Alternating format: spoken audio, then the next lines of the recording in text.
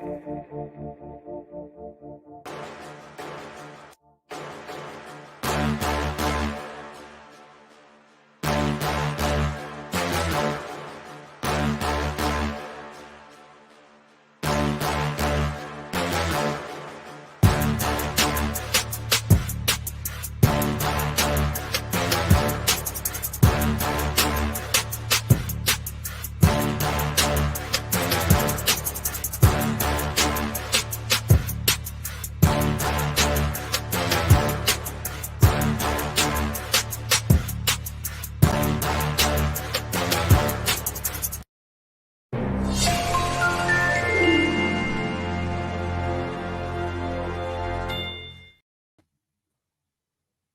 do this. Now we go.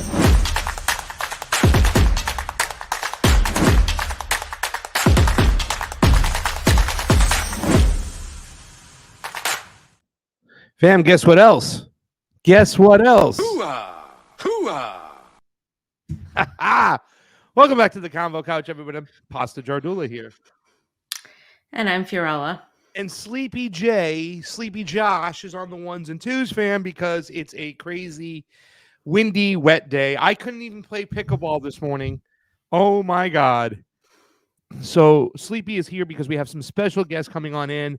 And in case my intranet goes out, you'll be here with two lovely people. One being, fam, Reverend Annie Chambers, and the other one being Ian Schlockman. Yes, we have our guest coming right up. 15 minutes. I don't know. Yeah, 15 minutes. Okay. So, fam. Yes, fam. You don't seem enthused, energized, delighted. It's your fam is here. You should be happy. What's going on? Fam, I'm tired. I'm just tired, fam. Fam, let me help you out. I'll cheer you up.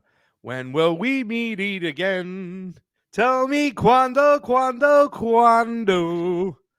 Remember I used to sing that by your bedroom when you were like not coming out and you were being late to class? I would put that and whale singing right out in front of your door with Johnny's big speaker. This big speaker right here, ladies and gentlemen. I'd put it right on Fee's door. He has the best, most beautiful voice you've ever heard, by the way. So my sister would say, fam, I have many talents, but singing is not one of them. What are your thoughts? I think she's correct, fam. Oh, I got some songs I can sing. I can sing some Green Day. Who likes Green Day? Jesus Christ. All it's the like Kyles the most annoying. Who likes Kyles? All the Kevins out there. We're gonna keep going into this, fam? No. Your dad jokes are done for the day, fam. I've already hit my allotment. You have surpassed. You want to start with section 3 maybe then? No. I don't want to start with section 3. No. I want to start with one of the other sections. Because section 1, you have a lot to say about section 3, I bet. So that's why. Fam, you are turning into a Russian before our very own eyes. That is it, By the way, so yesterday I jump on Facebook. I made that stupid mistake of doing so because a notification came through. And I ended up making a Facebook post, because what I saw out there was pretty friggin' disgusting, right? Just people going and attacking religion in a very nasty, disgusting way. It's one thing to be critical of it. We're not big Christians on this show. I don't, pray to Jesus. I consider myself to be a little bit agnostic, not even like, an atheist of sorts, but I have no beef with atheism. However, seeing some of the people that we used to know and we used to hang with make some disgusting posts, and I reached out to somebody. I said, you know what? You've become a vile, disgusting, awful man, and the way you're going about things is just terrible. You know what he said to me? Shut up, Russian state affiliated media. I'm like, this is the attack. So if you can ask Putin to send over my pay, which should be a couple cases of vodka now, I haven't received them. I'm having a Moscow Mule Monday next week, and I'd like to move things along. If you can do that, Yeah, I'll pass it along. Yeah, gotcha. I'll pass it along. Yeah. Gotcha. Great. So you want to start with this section and come back to it after, or you want to? You don't think we can finish it? No way. I mean, that's 10 minutes, and it's a long ass section. Really? The first one, yeah, which is the Saudi delegation arriving in Yemen. Beginning and end to the war. Oh, we only have 3 sections. Yes. Oh, the section I was talking about is the one I only put a very few things in. It was section 3. It's the Blinken section. Yeah, let's do that. Yeah, because then we can roll right into Monsieur Sleepy. Monsieur Sleepy, if you could put up the first clip in the third section. Guys, we want you to do everything you can do to help us on out. The main thing is just to share away, share the Dickens. At the very end, I'm going to put up the link for a friend of the show, Give, Send, Go. Our friend Lucky Burrito, her daughter got into a very bad moped accident. She's doing well, but despite any of our feelings, there are political differences. Times like this, you put them aside to help your friends out. This is life that's involved. She's got a young daughter, and she's going through some shit. Hopefully, she'll feel better.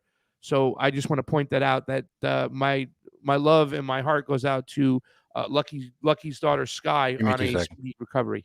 So, sorry, Josh? I'm trying to find the tab. I've got like 30 tabs open. Oh, so it's listen, we're going to have a conversation about I haven't done this in what, a year? We're going to have a conversation on the side about your, what's going on. Sleepy is alive. No tornadoes got him. While Sleepy is doing that, do you want to just start talking about what you're going to talk about?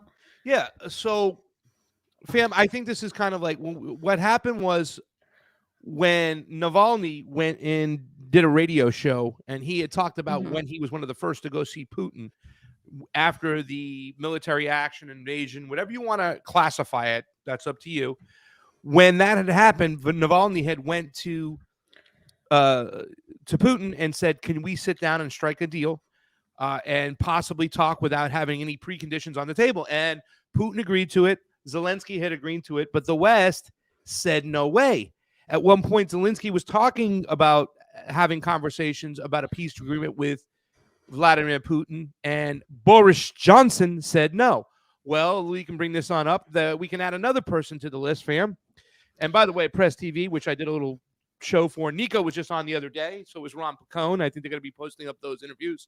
Steve did an episode, and so did Clint Russell. Press TV, go check it out of Tehran. Put top U.S. diplomat rules out Moscow-Kiev talks. And fam, he had pretty much said that there is no place at the table for the way Vladimir Putin is behaving, kind of alluding to the fact that they have this Wall Street journalist in captivity, that there is no room for peace talks. And while everybody was concentrated on the Trump arraignment, I'm talking, fam, I saw MSNBC, I saw Fox News. My mom watches Fox News. Obviously, I saw CNN.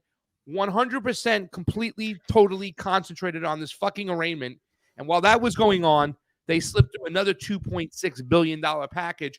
More money is going to Kiev. And I just wanted to get your thoughts on this, because this seems more of the same, even though I thought there would be a pivot away from Kiev and towards Taiwan and Beijing. Your thoughts?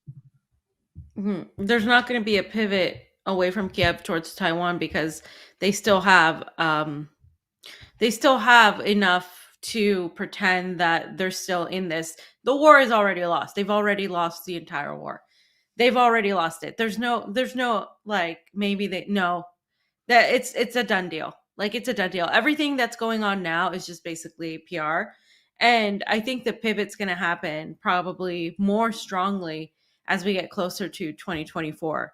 And that's where you're going to see a bunch of people that you may have thought were anti-war start cheering for war drums with China, because they think China is just this fascist totalitarian regime. And they refuse to believe we live in a capitalist society.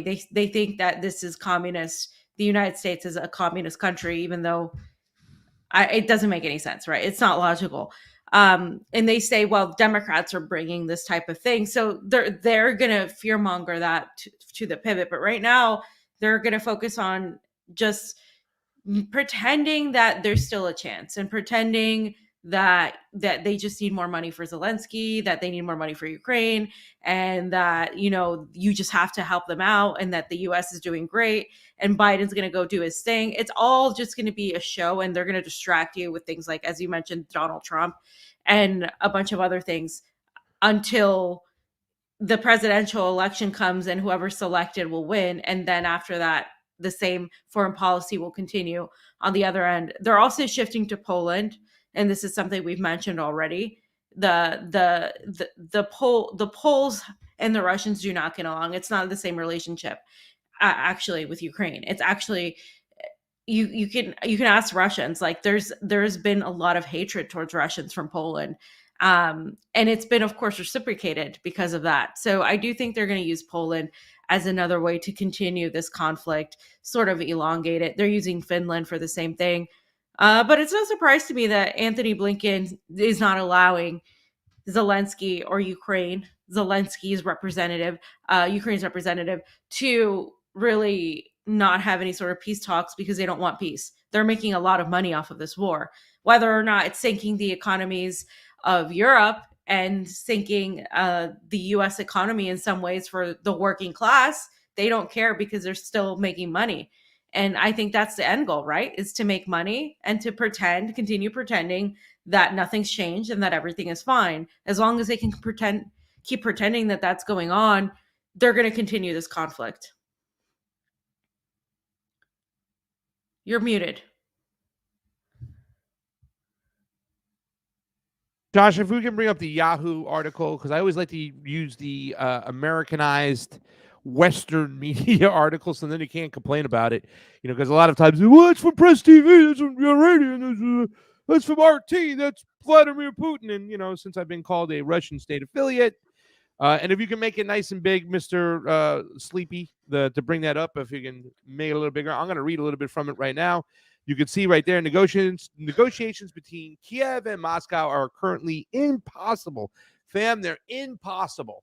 U.S. Secretary of State Anthony Blinken believes that a ceasefire negotiations between Ukraine and Ruska are impossible at this point.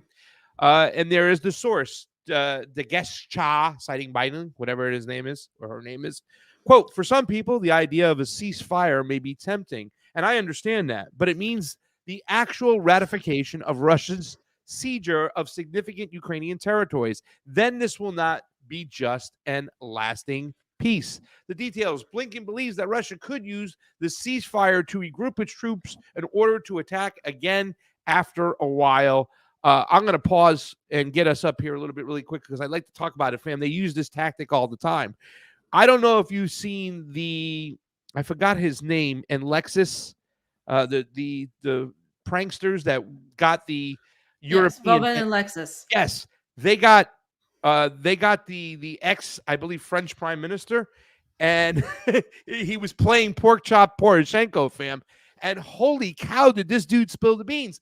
We've already known for quite some time that the Minsk agreements were nothing more than a stall tactics. And for 8 years, Putin tried to drum that home, tried to find a way of finding an agreement in which he didn't have to get involved with. But finally, it was just exhausted. Yet, even with more of this information, when we, the West, their foreign policy is always the one to use stall tactics and whatnot, how does Blinken get away with saying this crap and getting no pushback? The fact that he says, well, if we do a ceasefire, that's just going to give the Russians time to regroup and come on in there. Number one, you have to believe that the Russians are losing or on their back heels, which you just kind of pointed out. And we've spoke about what's going on in Bakhmut, that it's all but over. The lady has sung. Scott Ritter has done a video about this whole situation.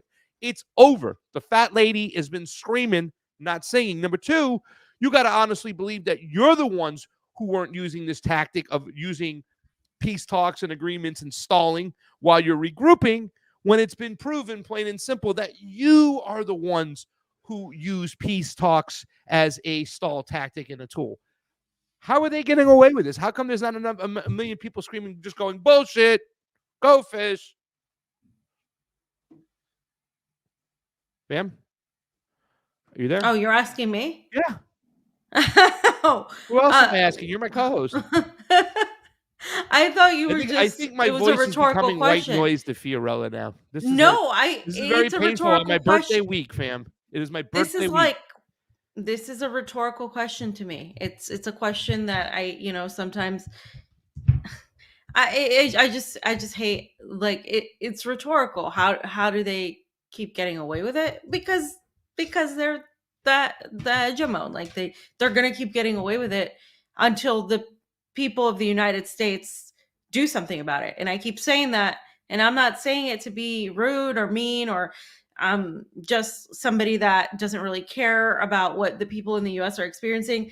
I think it was Nick on an interview, interviewing Lucy, who has been going to these politicians and making a ruckus at their meetings. They've been doing this with our friend Joe and all of these people. They've been going in, and one of the things that they were talking about was that Russia's economy is due to surpass the United States economy in 2 years.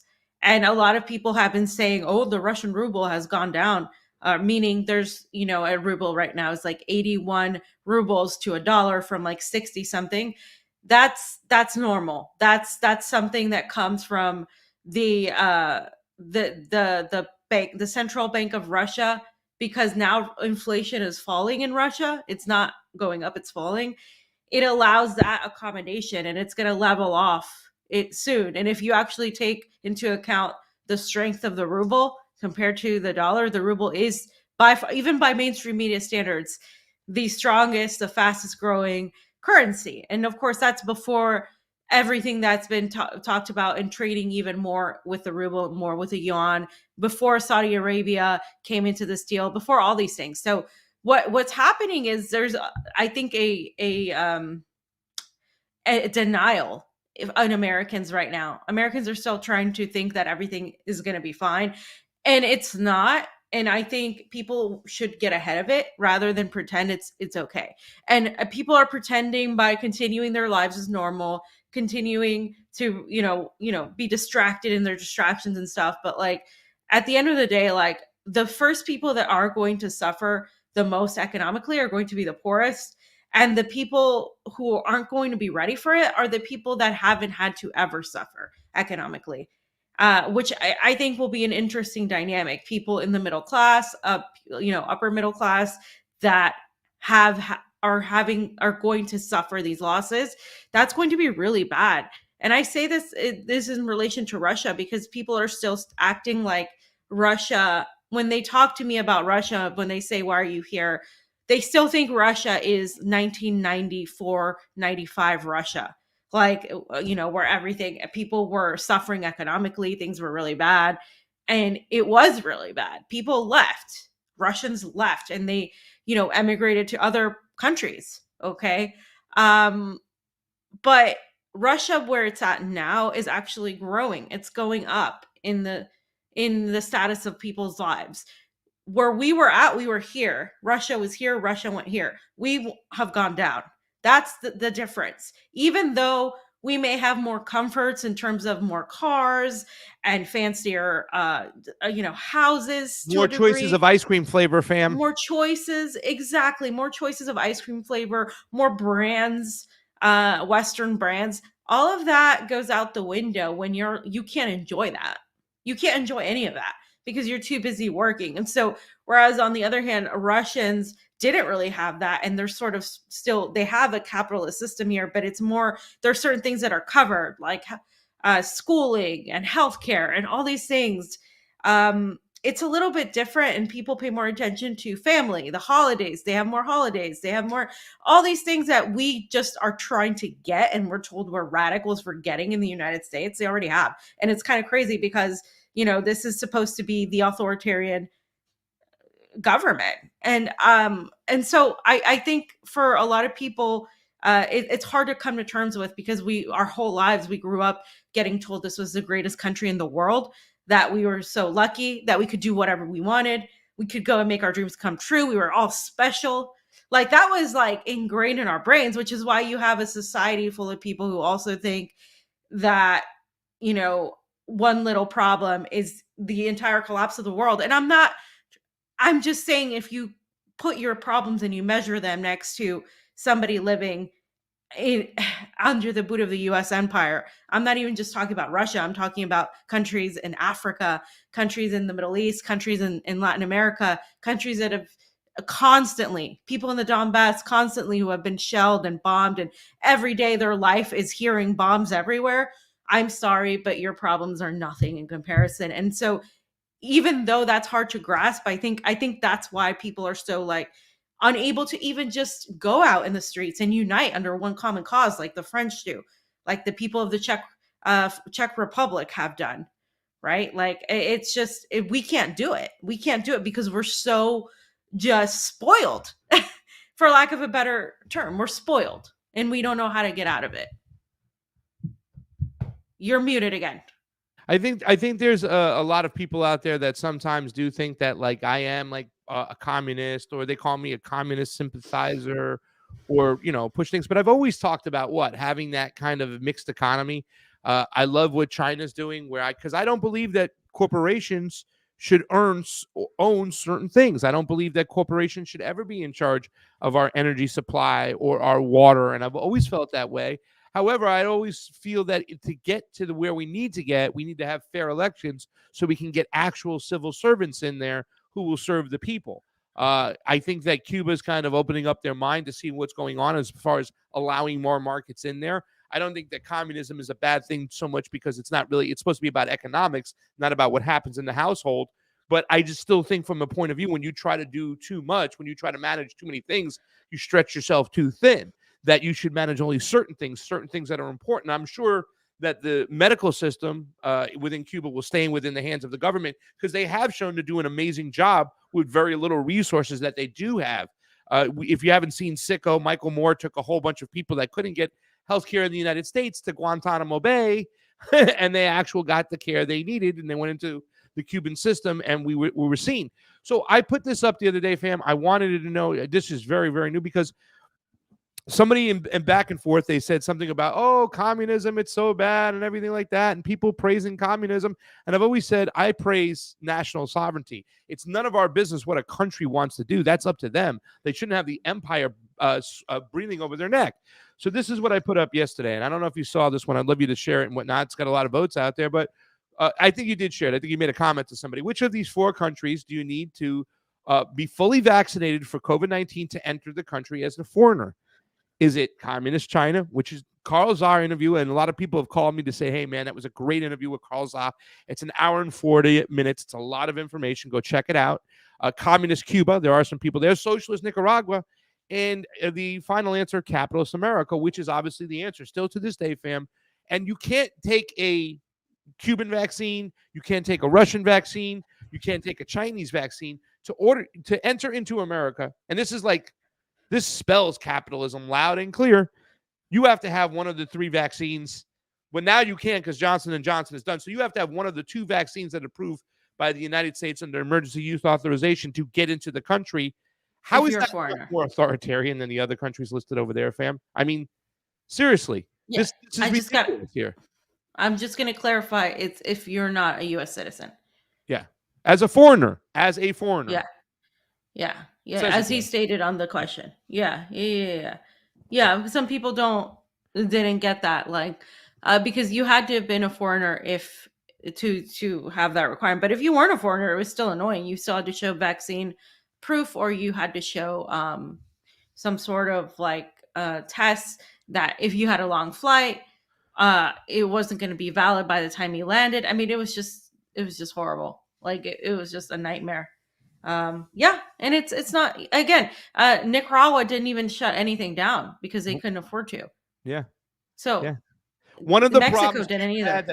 that socialist Nicaragua, and once again, socialist Nicaragua, they're going like the Chinese model, right? They have certain entities in which they control, and certain entities are allowing the open market, the free market, to come in. Vietnam has since done that. That happens. That's what it's like in China. Carl Czar said something interesting on the interview the other day. He said, fam, the American dream is alive and well. The only problem is it's in China, where they have like a 75 to 80% homeowner rate, you know what I'm saying, of people owning their houses, where here in America, none of the youth can get houses anymore. I was talking to a bunch of kids, grandchildren, nieces, and nephews of a lot of the older people who live here in this community, and they have a few bucks. They still can't get houses. It's really, really, really bad, fam. Small business in China through the roof compared to the United States. So I'm not saying that any system is perfect, obviously, but the fact that people out there keep on saying capitalism always works. No, it never works. It turns into crony capitalism, and look what we have right now. Look what happened these last couple of years with the vaccine. It was ridiculous. Go ahead, fam. And Pasta is not a communist by any means, by the way. And so, even though some of us have been trying to turn him, and we're almost there, but we're not quite there yet. I have to talk about that ownership aspect, because in Russia, pretty much everybody that I have met so far that's Russian, my age or younger or older, owns property. Yeah. Or has a family property that they inherited from their grandparent, something and their grandparents are alive. It's just in the family property. It's much easier to buy property here, even as a foreigner. It's just easier. It's more affordable. Obviously, apartments are more the thing in Moscow rather than houses. But if you go maybe 40 minutes to an hour, even if you're still in Moscow, it's the Moscow Oblast. You can see houses there, and they're much more affordable than anything we have in the United States. And most people that I know own property here, or are in the process of buying something. It's normal to be able to just buy something here. It's doable, and people just rent it out. And it's just it's interesting to me that we can't do that in the United States. In the United States, yeah, I know plenty of people who I went to school with that one of the first things was to rent a home, to go buy a home and do all that. But not everybody, not at the amount that it should be. And also the mortgages and the way we live on credit in the United States, that does not happen here in Russia. I mean, it happens very little. There's still credit, but it's people don't rely on it like we do. In the United States, you can you have layaway, you have all these methods where you can pretend to live. You can lease your car, you can do all these things. That doesn't happen here in Russia. If you don't have the cash, you can't get it. You can take out certain loans, but it's not as easy to do. So it's definitely something that I see that they have here that we lack, and it's they're more responsible with money here than we are in the United States. Well, because we've been programmed to, am I muted again? And we've been programmed to have toys and always have toys. But you know what? We can get into this. Our guests are here. I think they're setting up. They're almost ready to jump on in, because we have an old school communist herself, right? Yeah, I used to be communist. That was something that Reverend Annie told us before we left, family. I got so many questions today. I'm going to ask about not only foreign policy, I'm going to ask about racism. I'm going to ask about building coalitions. I'm going to ask so much, because this has been one of my favorite guests. This has been one of the experiences that have changed my life. I still repeat things that I heard from Reverend Annie. One of those things that she had said, which kind of paints a big picture, is the fact that when she had gotten herself involved with the protest with the KKK in Nevada and in the streets, she had talked about once they did break the strike and the governor said okay to issuing back the welfare checks, they would give the white family $400 and they give the black family $200. And that was done on purpose to sow division, to make sure that it's divisive. And when you think about that, you think about what's going on, you understand clearly, I think the same way that Fred Hampton did, the same way that Martin Luther King Jr. did, the same way that Malcolm X did. And the reason why I'm mentioning these people is because they started building these rainbow coalitions, bringing people in together. But they understood there was a piece of ruling oligarchs that really controlled so much of what's going on, and we live underneath their boot. And I think personally, what we have to do as a human being, as a species, is take care of them first, and then we can decide what's best for us, not be fixated on any ideology other than eliminating the predator class. That's always been my belief. I believe that now, I believe that then, and I think I will always believe that. I'm glad there's people like Reverend Annie Chambers who've had my back, fam. Yes, fam. And should we bring in our guests? You may introduce them. Go right ahead. All right. So today we are happy to have Reverend Annie Chambers and Ian Schlockman. And I believe are you both muted? Or are you? No, they should be Can there. you hear us? We can hear you. Okay, we can hear you. Okay, Okay, great. we're we great. here. Awesome. You We hear was us? waiting. What's up, Reverend Annie? What's up, Ian? Oh, hanging in there. How you guys doing? All right. Good. So, family, you We're want to doing go pretty first? good. You can go first. You have the floor. But listen, guys, make sure at the very end we're going to talk about your new organization, right? We want to plug that, talk that. But of course, we need some wisdom in life. So when you need answers in life, you go to the person who's going to give that to you. Not God, not Jesus, There it is. Reverend Right. Annie. Yeah. Well, So go ahead. no, I just was gonna ask you because I know every time you speak, I just want to keep listening and listening. But I just wanted to start off by saying we're at a very tumultuous time right now in history, where we have major conflicts going on in the world, but we also have a little bit of pushback, foreign policy wise, into what has been done to a lot of countries and a lot of peoples that have seen the suffering. The people in the Middle East, the people in Africa, and the people in the global south in general, Latin America, seem to be rising up and trying to seek their own independence, their own national sovereignty. But our country, in the United States, our government is really involved in continue war. It's trying to continue to wage wars, and we're the closest point that we've been in a long time towards nuclear war. How do you deal with that fact after seeing everything you've seen in all of these years and being at this moment right now where all of this is happening? What do you think of this moment? Well, I think this is a very critical time for us, for America. And but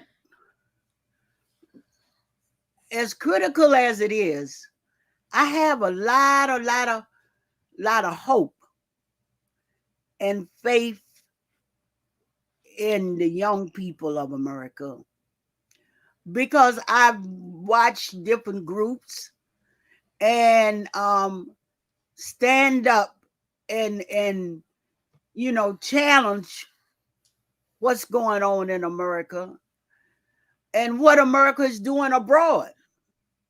Yeah, we've got out and talked about Vietnam and some of the other places, and we were in the war movement, but the young people now are seriously strong, and they are really fighting. And when I see someone who takes it, just one individual, and I'm talking about really about Julius Assange, who can put out the destruction that America is doing and how America is even prosecuting him, but he's still there, and he's still, when I think about Chelsea, all, I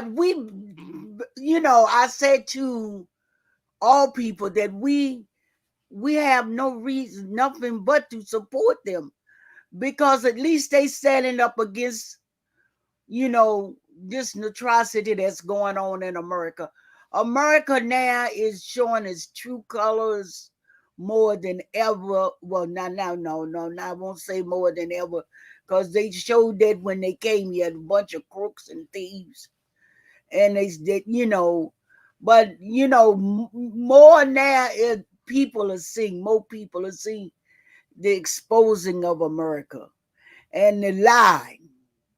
The lie. More children are standing up in the system, in the school system, saying, no, I ain't pledging to the flag. I ain't pledging. I ain't, it used to be a thing. If you say, I remember my children would get expelled from school all the time because they wouldn't pledge to the flag. Or because they wouldn't sing, what is it, My Country Tears of Thee. or God bless America. They got persecuted for that. But now more and more people are speaking out.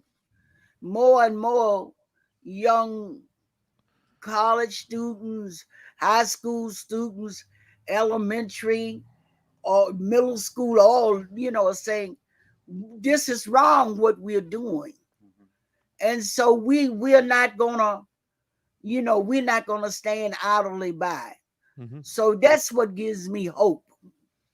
Okay. But we have to continue the fight in this country to make big change. The change is going, I believe, will come. It's going to come, but we got to fight to change America. America need a great change. So I'm going to lead in. I'm going to follow up on that, Reverend Annie, because I agree in a lot of ways that there's been so much suffering inflicted on the people. And Ian, I wanted you to kind of go into this and then let Reverend follow up because we talked about this. I think a lot of people have identified the problem. Maybe not specifically, but they understand there's way too much suffering going on in the United States. There's a hell of a lot of homeless out there. There's less home ownership. There's less small businesses. There's more people suffering. There's more people hungry. However, I think that the big thing is that no matter what, those people who have divided of us in the past still have us divided again, mainly on the tactic, right? We hear all these conversations about, communism versus capitalism or socialism versus this. And I mean, I know y'all are working in the left right now, and you can, it just makes me shake my head. We had that Rage Against the War Machine event go on, and most of the attacks came from the left. Right. And I get it. Listen, maybe the organizers of sorts didn't do enough to reach out to people like yourselves. I said I would stand aside for Reverend Annie Chambers, give my spot up for her to speak. I give my spot up for Ajamu Baraka to speak. I would do that. And I really mean that because we needed more voices from Black people in that than we did have. And in fact, Cynthia McKinney's video, they ran out of time and we didn't get to play it. And other than that, all we had was Garland Nixon on the stage. And yeah, you can give some criticisms to the organizers, but I think it was like a macro of a micro where we see these leftist groups that a lot of them identify the problem, but just can't agree on the tactic on how to get things done. And that creates more problems now than I've seen in the past 10 years. Ian, what is your thought on that? And then please, Reverend Annie, follow on up. I think this kind of piggybacks on what Reverend Chambers was saying, that there is a reckoning happening right now. I think people are seeing that they're poorer than ever. The government's doing nothing for them. The little bit of scraps financially that we got from the pandemic assistance are gone, and they're not coming back. I think that people are waking up. I think the issue is that the mainstream media, being an outlet of the imperialist state, however you want to define that, is sucking them up right and left into the right and the left. They've got talking points for the left that are acceptable and talking points for the right that are acceptable, and they keep us at each other's throats, and we never really make any progress. And that's kind of the way that we want it. And let's just face facts. I mean, this is something that I'm glad I'm here with Reverend Chambers today, because we have, back in the day, the stories that she tells of her being a communist organizer and a socialist organizer knocking on doors. There are people that you wouldn't have at all, working today with the left. Like the left would chew them up and spit them out. You don't talk the right way. You don't sound the right way. You don't know the right words, that kind of thing. And, it's very interesting because... I'm going to slip to the door. Okay, go ahead. Okay, 1 minute. We're live here in Douglas Homes, and it's very vibrant as always. No, so my grandson. so I apologize. Yeah, but so just to say that this has been something that they have been way ahead of us on, and I mean whatever you want to call it. You want to call it the deep state, you want to call it the CIA, you want to call it the FBI, whatever you want to call it. They've just been way, way, way ahead of us on it. And we're playing catch up. We're on defense all the time here in this country. I I think it's going to take a mentality that we have to go back to, like a 1960s mentality where, you know, that blue collar truck driver, we want to unionize that truck driver. That's our goal. We want to put them in our political party. We want to get them, you could call it woke, you could call it class conscious. Like we could sit here all day and argue about the terms, and that's what they want. But the real problem is that back in the day, that is how they used to organize. There, you know, a friend of mine was just telling me about, you know, an old. I'm not a historian, so I apologize. But back in the day, you know, it was a popular slogan amongst communists. You know, get them to Apologize. get them to burn their cards for their clan, you know, for their clan's membership, and get them to join a union or the Communist Party. And we've gotten so far away from that today that I'm not sure if I'm as hopeful as Reverend Chambers. I'll just say that. But I'll let you finish up. Well, let me tell you why my hope is. Because Ian touched on it. So take a place like West Virginia. I say West Virginia. Right here where I live, and even in Maryland. The clans were heavy here. And they had young children. And those children I see now, their grandchildren are in the movement on the left with me and the Socialist Party, okay? I see those children. And so when you know, they could attack me as saying she's a communist, you know, or she's a socialist, which I used to say, yeah, hell yeah. Damn right. I'm proud of being it. You know, didn't have no problem with it. You know, now their grandchildren are saying the same thing, or joining the socialist parties and in the left movement. Now, when we say the left and right is fighting, really not. There are some people that, you know, like I say in the church, there are some people come to church for entertainment. Y'all know I'm a minister, so I tell them, I say, you know, there's some of y'all come for the Sunday morning disco, the entertainment part, and then there's some of y'all come because you believe, and you gonna, you know, you had the faith and you're gonna believe. Well, that's the way it is on the left right now. There is popular for some people to be saying they're socialists. Oh God. Oh God. Okay, the chair. And then, okay, come on, just drop it there.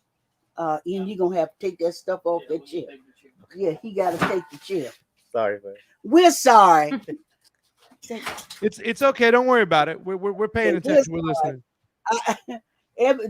Throw the coat off too. The coat off the chair. It'll just throw it. Yeah, throw it to the back. I'm sorry. I'm getting my chair fixed so that I can hang out tomorrow. I need. Yeah. I will take it. When I tweeted that she's getting her chair fixed just in time for the march, I wasn't kidding.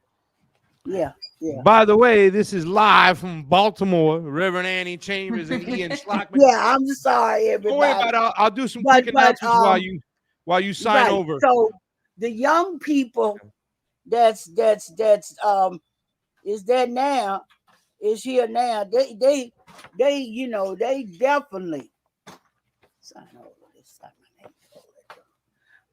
The young people, they are, you know, saying they won't change.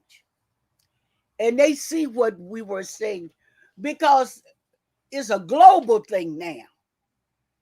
When I deal with my brothers and sisters in England and in Germany and France and Cuba and all around. We have organizations. We're talking global, and we're talking about making changes. And so the young people all over the world, but especially here in America, I see a big difference and change than when I was young myself and out there fighting. Because they could play us one against another. They could play one group against another. I mean, it could be poor white folks, and they would have that. Well, we're gonna give you $5 more, cause you white and you need a little more than that black. You better than that black person. We know you need, and they don't really. They just looking for a handout. They used all those things to keep us apart. Well, now these young people know that that's a lie. That's a lie. When we went to even right here in Maryland. Maryland had a 2-tier welfare system. I know that Lavana had a 2-tier welfare system, and all over the South, where they would, if they gave me $250, it didn't matter how many people you had in your family. They said that's all black people was going to get in Maryland, right? But the white families would get $450. Whoopee! And they thought they were doing, but that's the way they use it. And the poor whites thought they were doing something, child. I said to one of my white counterparts in welfare rights, one of the white women in welfare rights, who were asking me to loan her $5. But her check was $450 a month, and mine was $250. And I said to her, you got more money than I do. And she said, no, she went down what she did with her money, and we laughed about it. We talked about it. And then we decided we were not going to let them do that to us no more. It was started out with what? It was 12 of us who went to the state social services director, Ken Johnson. And he said, oh, I don't make those rules. That comes down from the legislators. You know what we did? We took white kids, black kids, any kid we could find, and carried them to Annapolis. Then Annapolis tried to tell us that it didn't come from Annapolis, the cost of living, that's in Washington. That's how that wound up in Washington, D.C., was we went to Washington and we went direct to Congress. And we some of us got locked up, but we allowed the children to go wild in Congress, because at that time we had Parent Mitchell. Congressman Parent Mitchell was the congressman come out of West Baltimore, but he was black. And they said, where did all these, I never forget the word, zoo lilies come from? Because it was most of black folks. There was some white folks with us, because, the women from the O'Donnell Hikes and stuff, they used to all the time, bring, when we brought the children, they brought their children too. But they said, where all these zoo lilies come from? And parents stood in front of him and looked at him, at this congressman, and said, what do you mean? What are you talking about? And he said, well, where are these? And he was going to say it again, but I think he thought better of the word. And so he said, where did it come from? And I was standing there chanting, and pushing the children to go on. They could tear it up for all I gave a damn. They took the water pitchers and they was hollering and and everything. So parents say, you see that mama standing over there? And he said, yeah. He said, well, I can tell you a lot of them belong to her. And he he didn't believe it, but I think he knew that I was, the president or the head of it. So he directed them to go after me. And when they did, when the Capitol police came after me, it was like a swarm of children. I mean, just they had me, and the children were dragging them and fighting them, and they didn't want to show that they were really fighting little children, because we had children that 3 years old, 3, 4, 5, whatever. So they just was shocked that this was happening, and so they went to parent and they said, can you get them to quiet down, and then we could let's see if we can pull out some leaders. But in the meantime, they had already handcuffed me and blah blah blah. And so parents said, well, you got one of the main leaders out of my state, and they're not gonna go. So they handcuffed me, carried me in this little room and said, we want to talk to you. We want to talk to y'all. Marion Kramer came from Detroit, and Annie Smart was from New Orleans, and Miss Edwina Wright, she came from Tennessee, and we had Diane Johnson from North Carolina. All of us were there.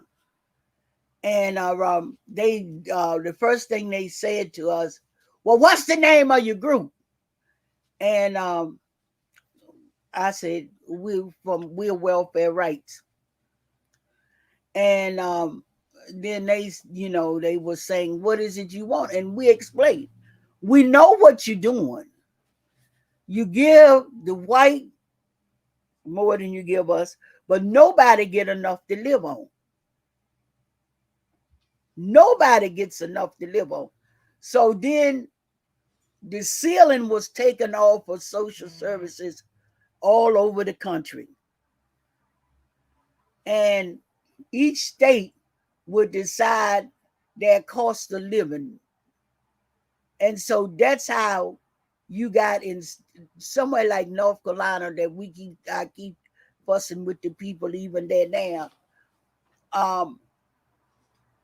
That the payment is so low, and you might have somewhere in New York, which is needed, which is still low.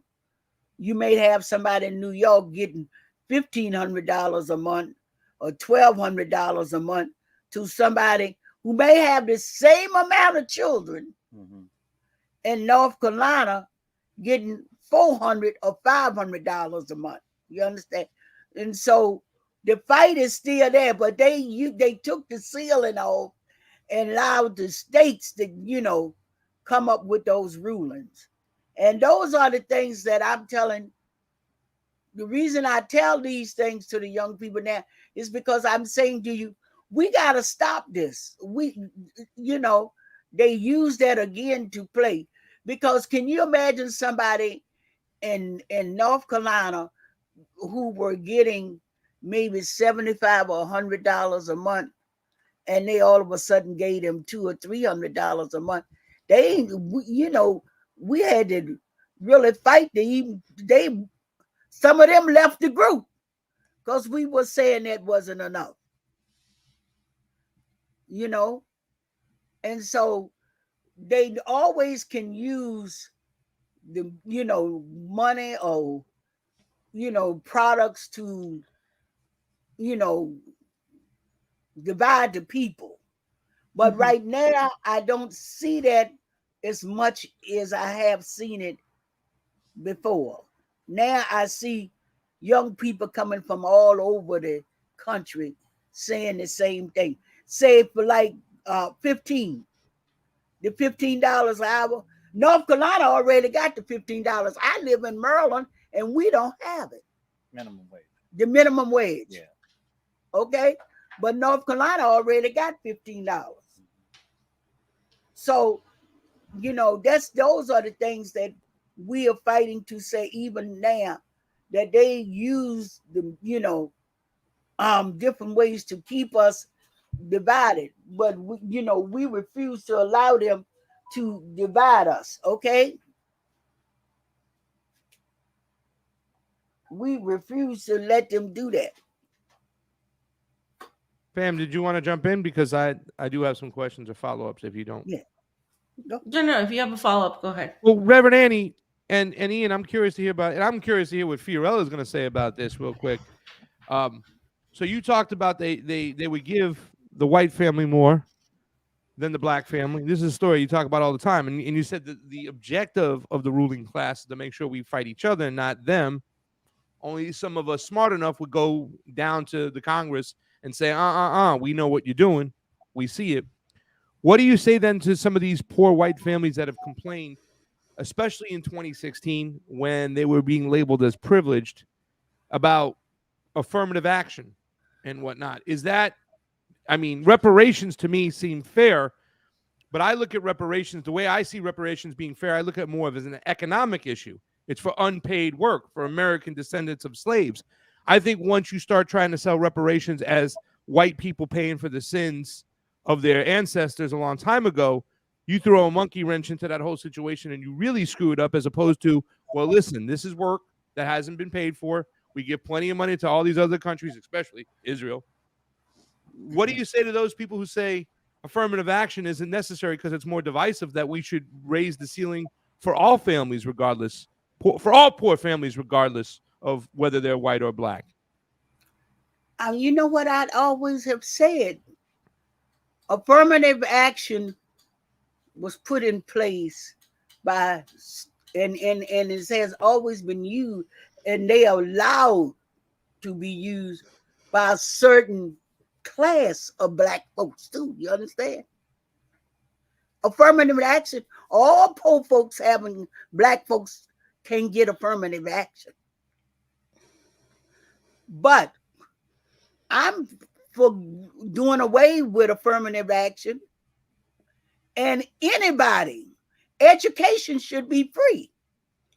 That's if you got a little country like Cuba who can give you free education, why can't a rich country like America educate all of their people? So I'm for getting rid of affirmative action.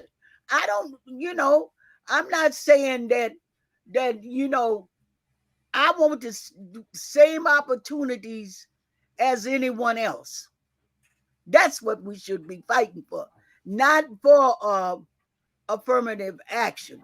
Now, when it comes to reparations, let's just be truthful about reparations.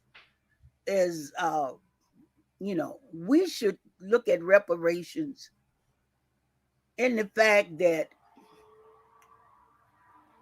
black people should be compensated, because even right now,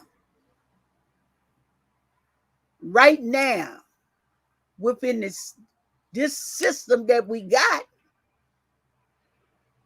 we still being pushed to the back.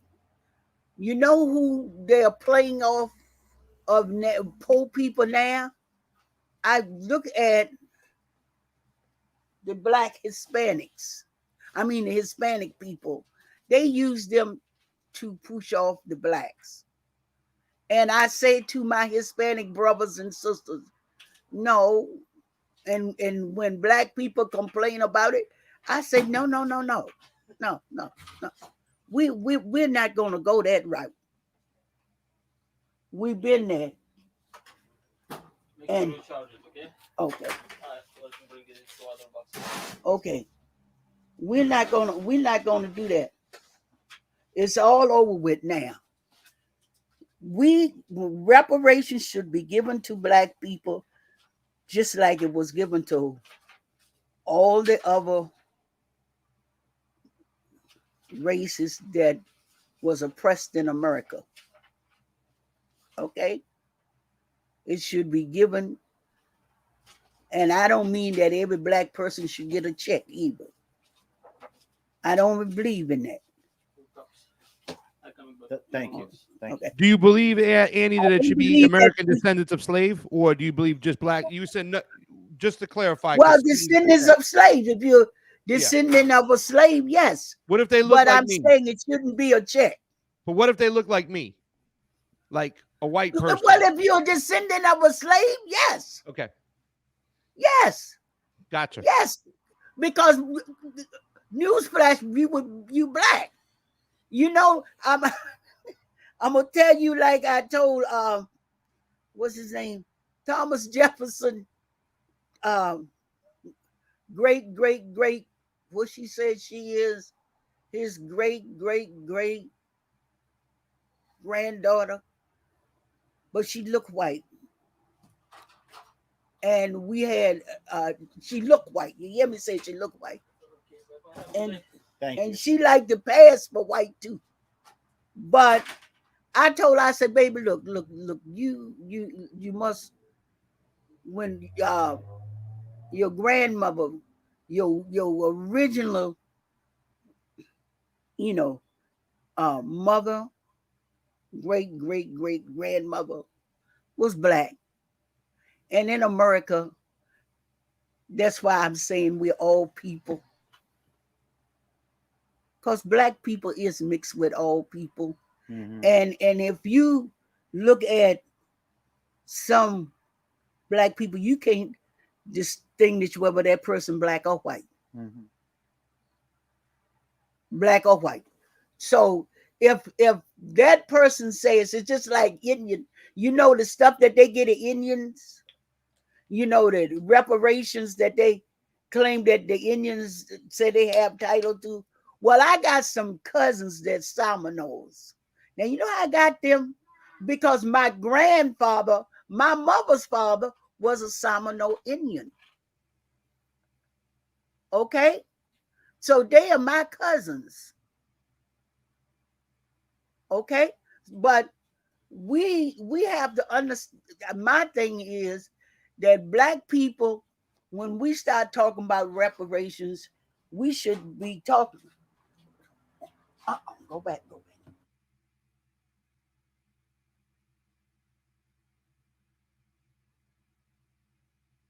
Lock the door now. Sorry. I'm sorry. Yes, you can see my house stay busy because everybody think I got everything and they can, I can straighten everything out for them. I'm sorry, everyone. Annie, you're still so useful to the community. They love you. They're trying to show up for hot dogs for lunch, is what I heard. So Yeah. Yeah. They come. But all people, all of us, like I said, education should be free. America don't have education that's free. So you won't do reparations? Educate some black children.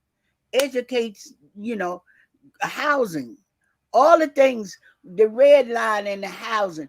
Where I come from in Virginia, my grandfather, like I just explained, owned the whole community.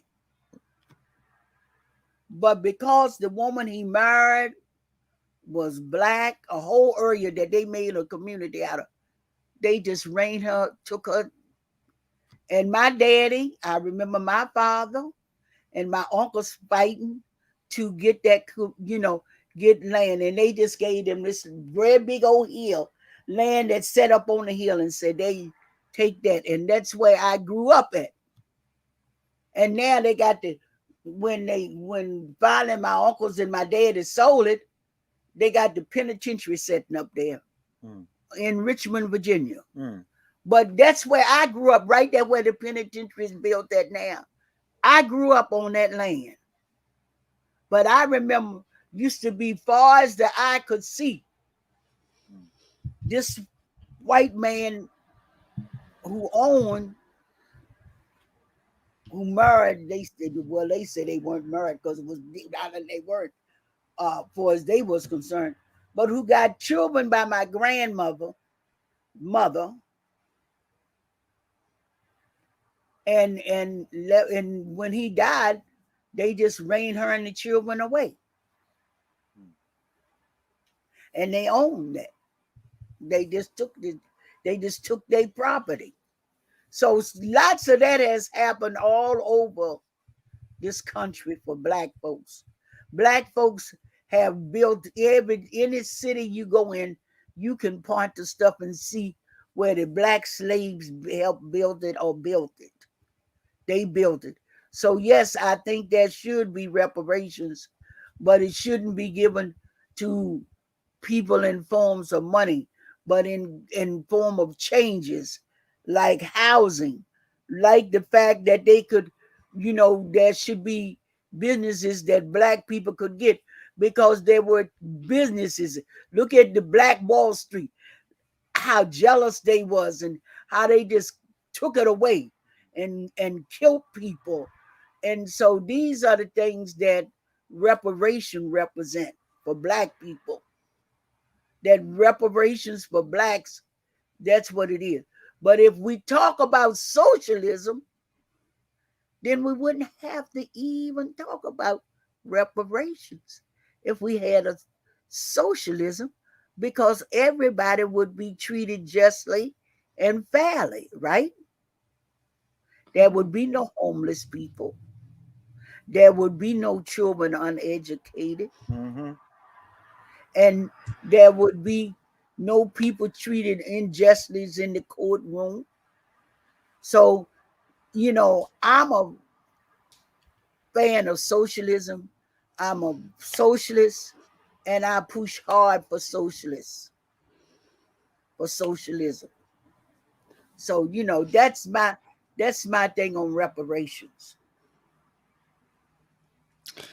And I guess my last question is basically just, you spoke at the one of the protests, and one of them, I believe it was the Answer Coalition protests. What exactly did you tell people in terms of being in this moment of standing against, our government, like NATO, the entity of NATO that's pushing for war?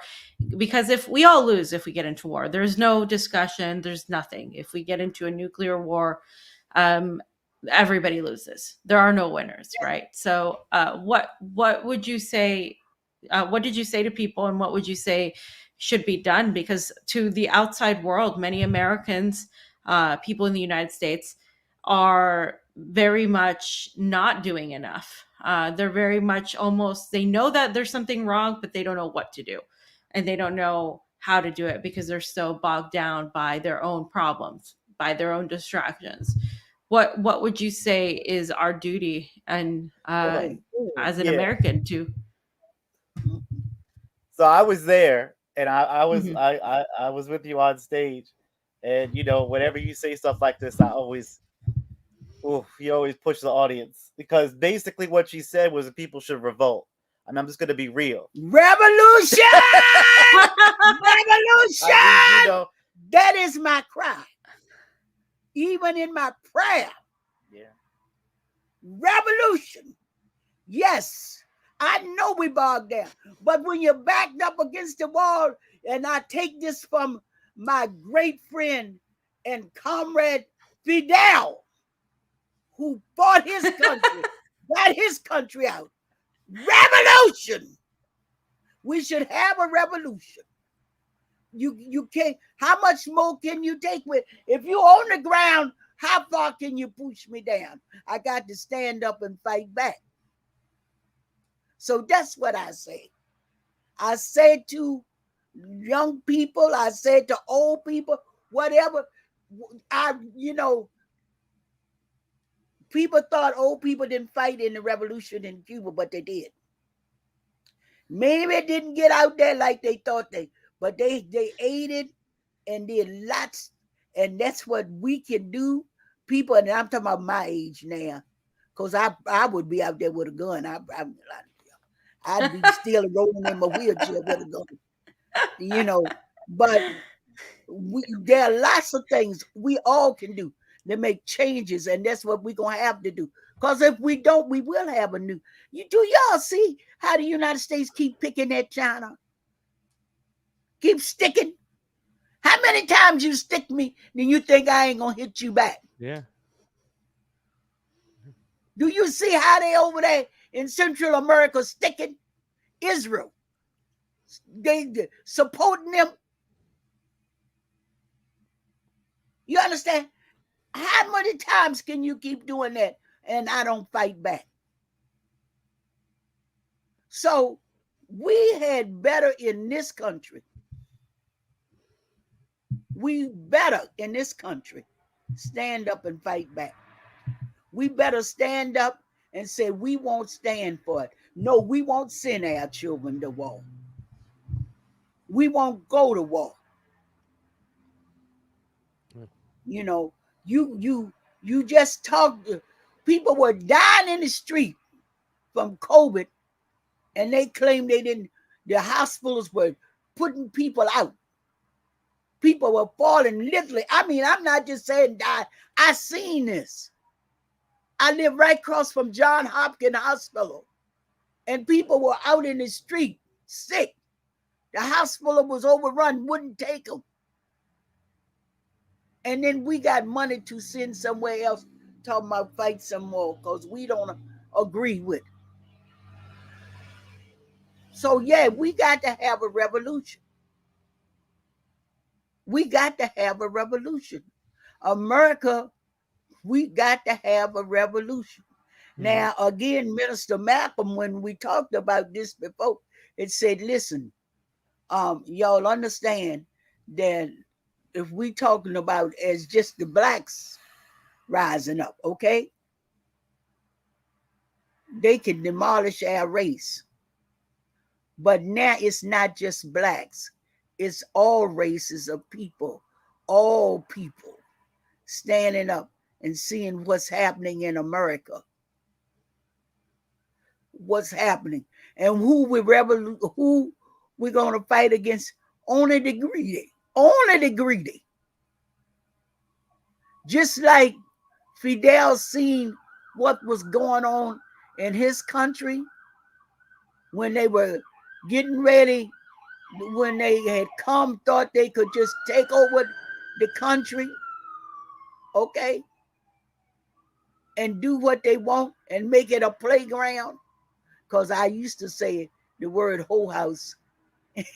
That's a good word for it. And my bishop called me up. She said, do me one thing, do me a favor, Reverend. I said, what's that?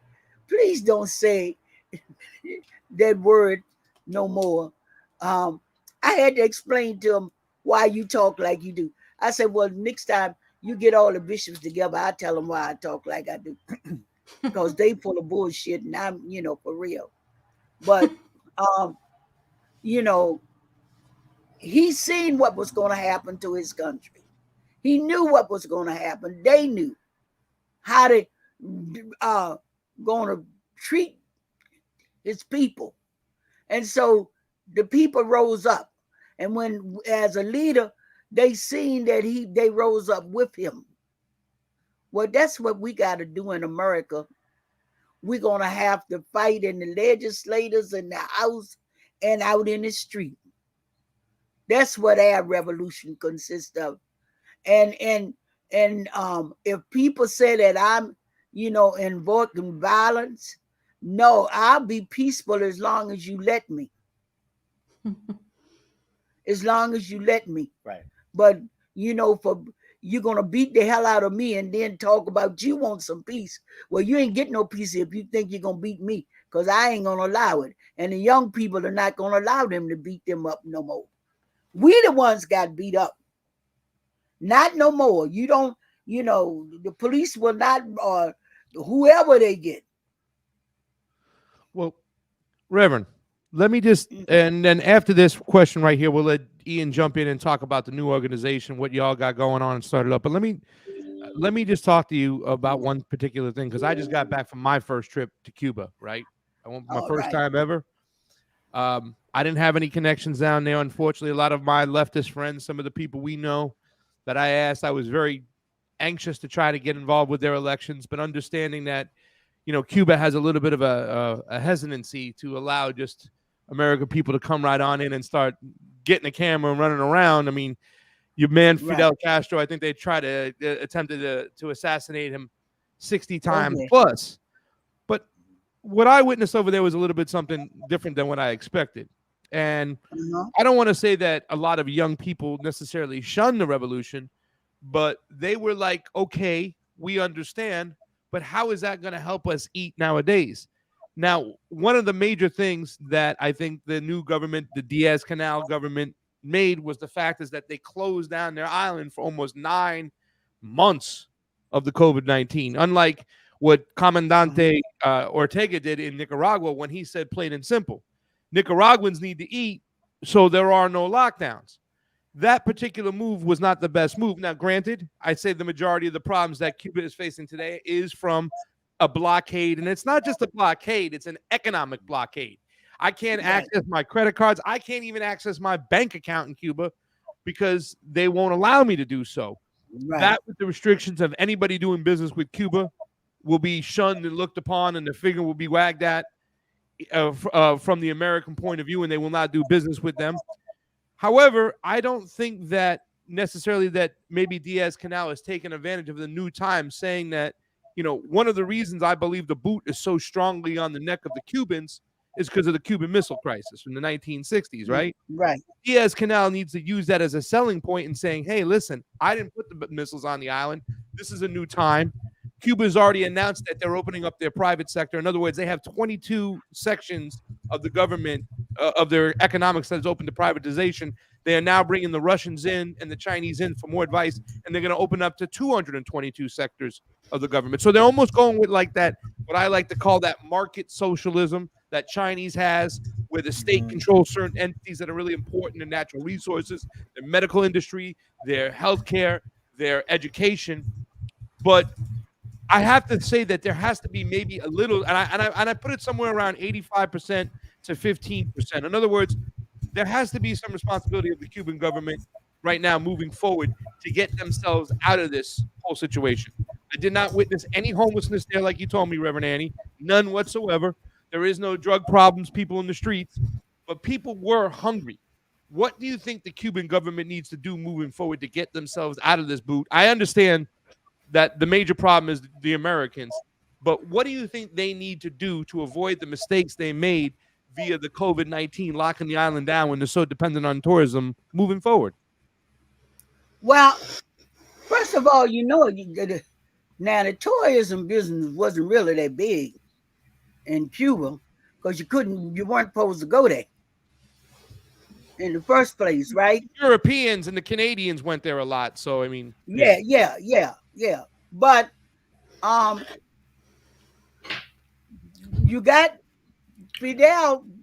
We talk about it. The last time I talked to him, he was older, and we talked about how times had changed and things had changed. A lot of what Cuba have to offer in the way of food now, the young people don't care to eat. Okay, I mean, look how long that blockade has been around Cuba. What did they eat then? How did they get food then? You understand? So things have changed a lot. But what I think Cuba could do is put more, the American people could put more pressure on Joe Biden. When Barack got in there, I thought that was the one thing his sorry ass would do, was to, get rid of the blockade. I thought he would do that. We have to put more on Joe Biden now to fight to get the blockade. I think the Cuban people are doing some of the main things they need to do is to come to the U.S. and talk to the American people. As to get the blockade down, because, like I said, when I would go to Cuba, sometimes I didn't eat. Well, I became a vegetarian really, and I used to talk about that for as meat and stuff like that. Um, they ate a lot of vegetables and some seafood, and now you got younger people, and you got people, except it's like the homeless people here. They'll eat if they could get it, but most of them eat out of the fast food restaurant because they can buy. Well, you can't just run up there in Cuba and do those sort of things. And so America, again, has, and especially black people in America now. Now I'm really talking about black people, because Fidel, well, a little country who had nothing, supported our movement. Really, he supported us, and I don't just mean with lip service. I mean with in everything that Cuba, any resources Cuba had, the American people, blacks, were supported. And as much as they don't want to talk about it, Right. Dr. King got money, Minister Malcolm got money, SCLUC got money.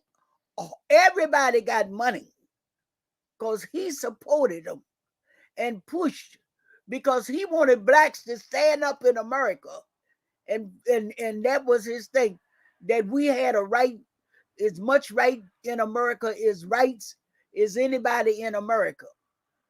So America now owe the Cuban people, and I think we have to stand up and fight against their involvement in Cuba.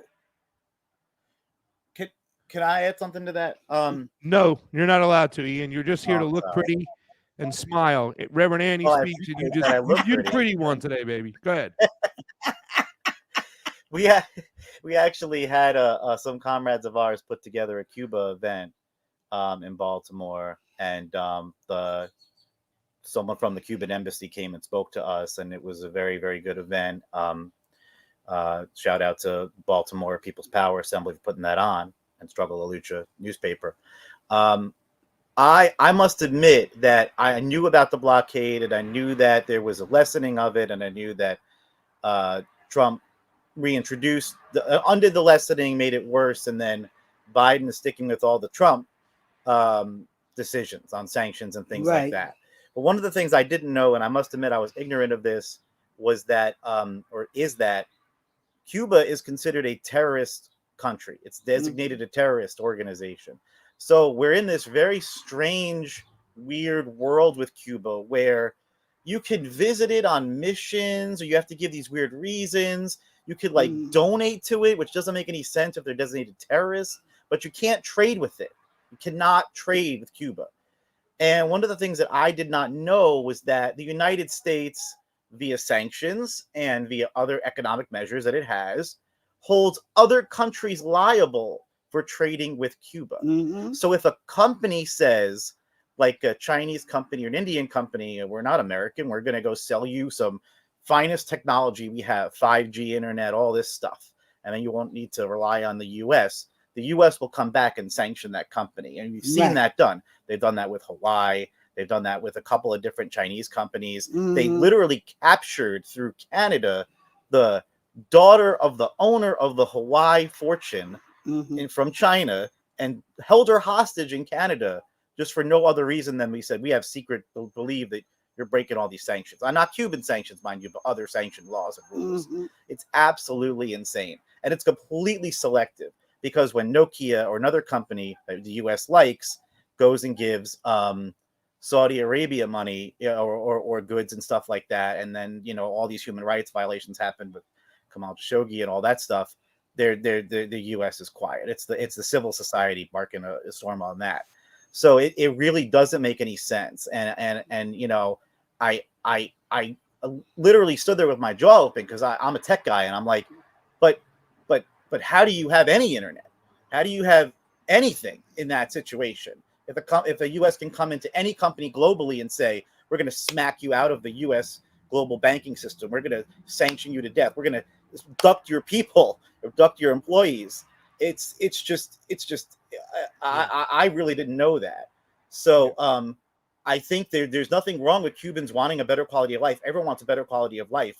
The U.S. is literally stopping that, and the only way, and that's why I felt really foolish talking to this Cuban embassy worker, because I was like, well, what can Cuba do? And he was like, you can talk to Joe Biden. That's what you can do. Yeah. Why is Barack Obama's VP as bad as the new Trump sanctions? What is the policy here? And you know, I mean, there isn't any. It's just I want to say, Ian, that the last sanctions that were thrusted upon, and this is why when people like, oh, you don't like Trump at all, you don't think he's better than Joe Biden, it's like, no, because we understand Latin America. It was a week left to go in his presidency, and he thrusted upon new sanctions. He thrusted upon keeping the blockade and then labeling them a state sponsor of terrorism. And you can't even, it's only a certain way you can donate, and there's no way of getting money in. Now, Joe Biden, since coming in, he has done two things. He's lifted the remittances cap on $1,000 for family members. Family members to donate, whatnot, and he's allowed direct flights to go to Cuba. I'm going back. I mean, I live here in South Florida now, and my heart is in Cuba, and I want to speak with you guys off camera, some ideas I have, because I don't want to get in trouble, but there's no vessel in which you can send money over there, and that's why it was puzzling to me. You know, you see what El Salvador did with Bitcoin, by Nayib Bukele, where he saved families in El Salvador that usually have to pay money to Western Union, like $95 transaction fees that now go to the family of the El Salvadoranians that can get that now. And it just puzzles to me, like, well, why hasn't during this time Cuba adopted something like Bitcoin? Because now you can get donations from all around the world. You know what I'm saying? And they can't stop that, and nobody can find it out, and they can't monitor it. So that's when I say situations like this where they got to be crafty. They have to figure something out. Me personally, I think that Diaz-Canel needs to keep saying, I'm going to extend an olive branch, even though he's going to get mud thrown in his face. Let the international community see him continue to reach out and get mud thrown in his face, because just like Haiti, I believe, is going to be punished no matter what because of the Bolivarian Revolution. Cuba's going to be punished because of the Cuban Missile Crisis. Well, that was 60-something odd years ago now, and I'd like to see the Cuban government get a little bit more crafty. Maybe I haven't seen it just because I haven't been paying attention, but allow themselves to get, the mud thrown in their face by the United States government and show, because at the end of the day, it's neither government that's suffering. It's the Cuban people. And I don't know what the end game is now for a lot of these conservative, I don't want to use the term gusano anymore because I want to be able to speak to them. You know what I'm saying, Reverend Annie? I don't want to get nasty because I want to try to reach out to them, but I don't know what their end game is now, And I'd like to see some dignity and humility come back to the Cuban people, because they are being used as a pawn with the United States government. With the objective of sanctions is to turn the people against their own government. And it's at some hard times for Cuba right now, really hard times. And I'd like to see but Cuba have, listen, there are some hard times for Cuba, and Cuba has been through some hard times.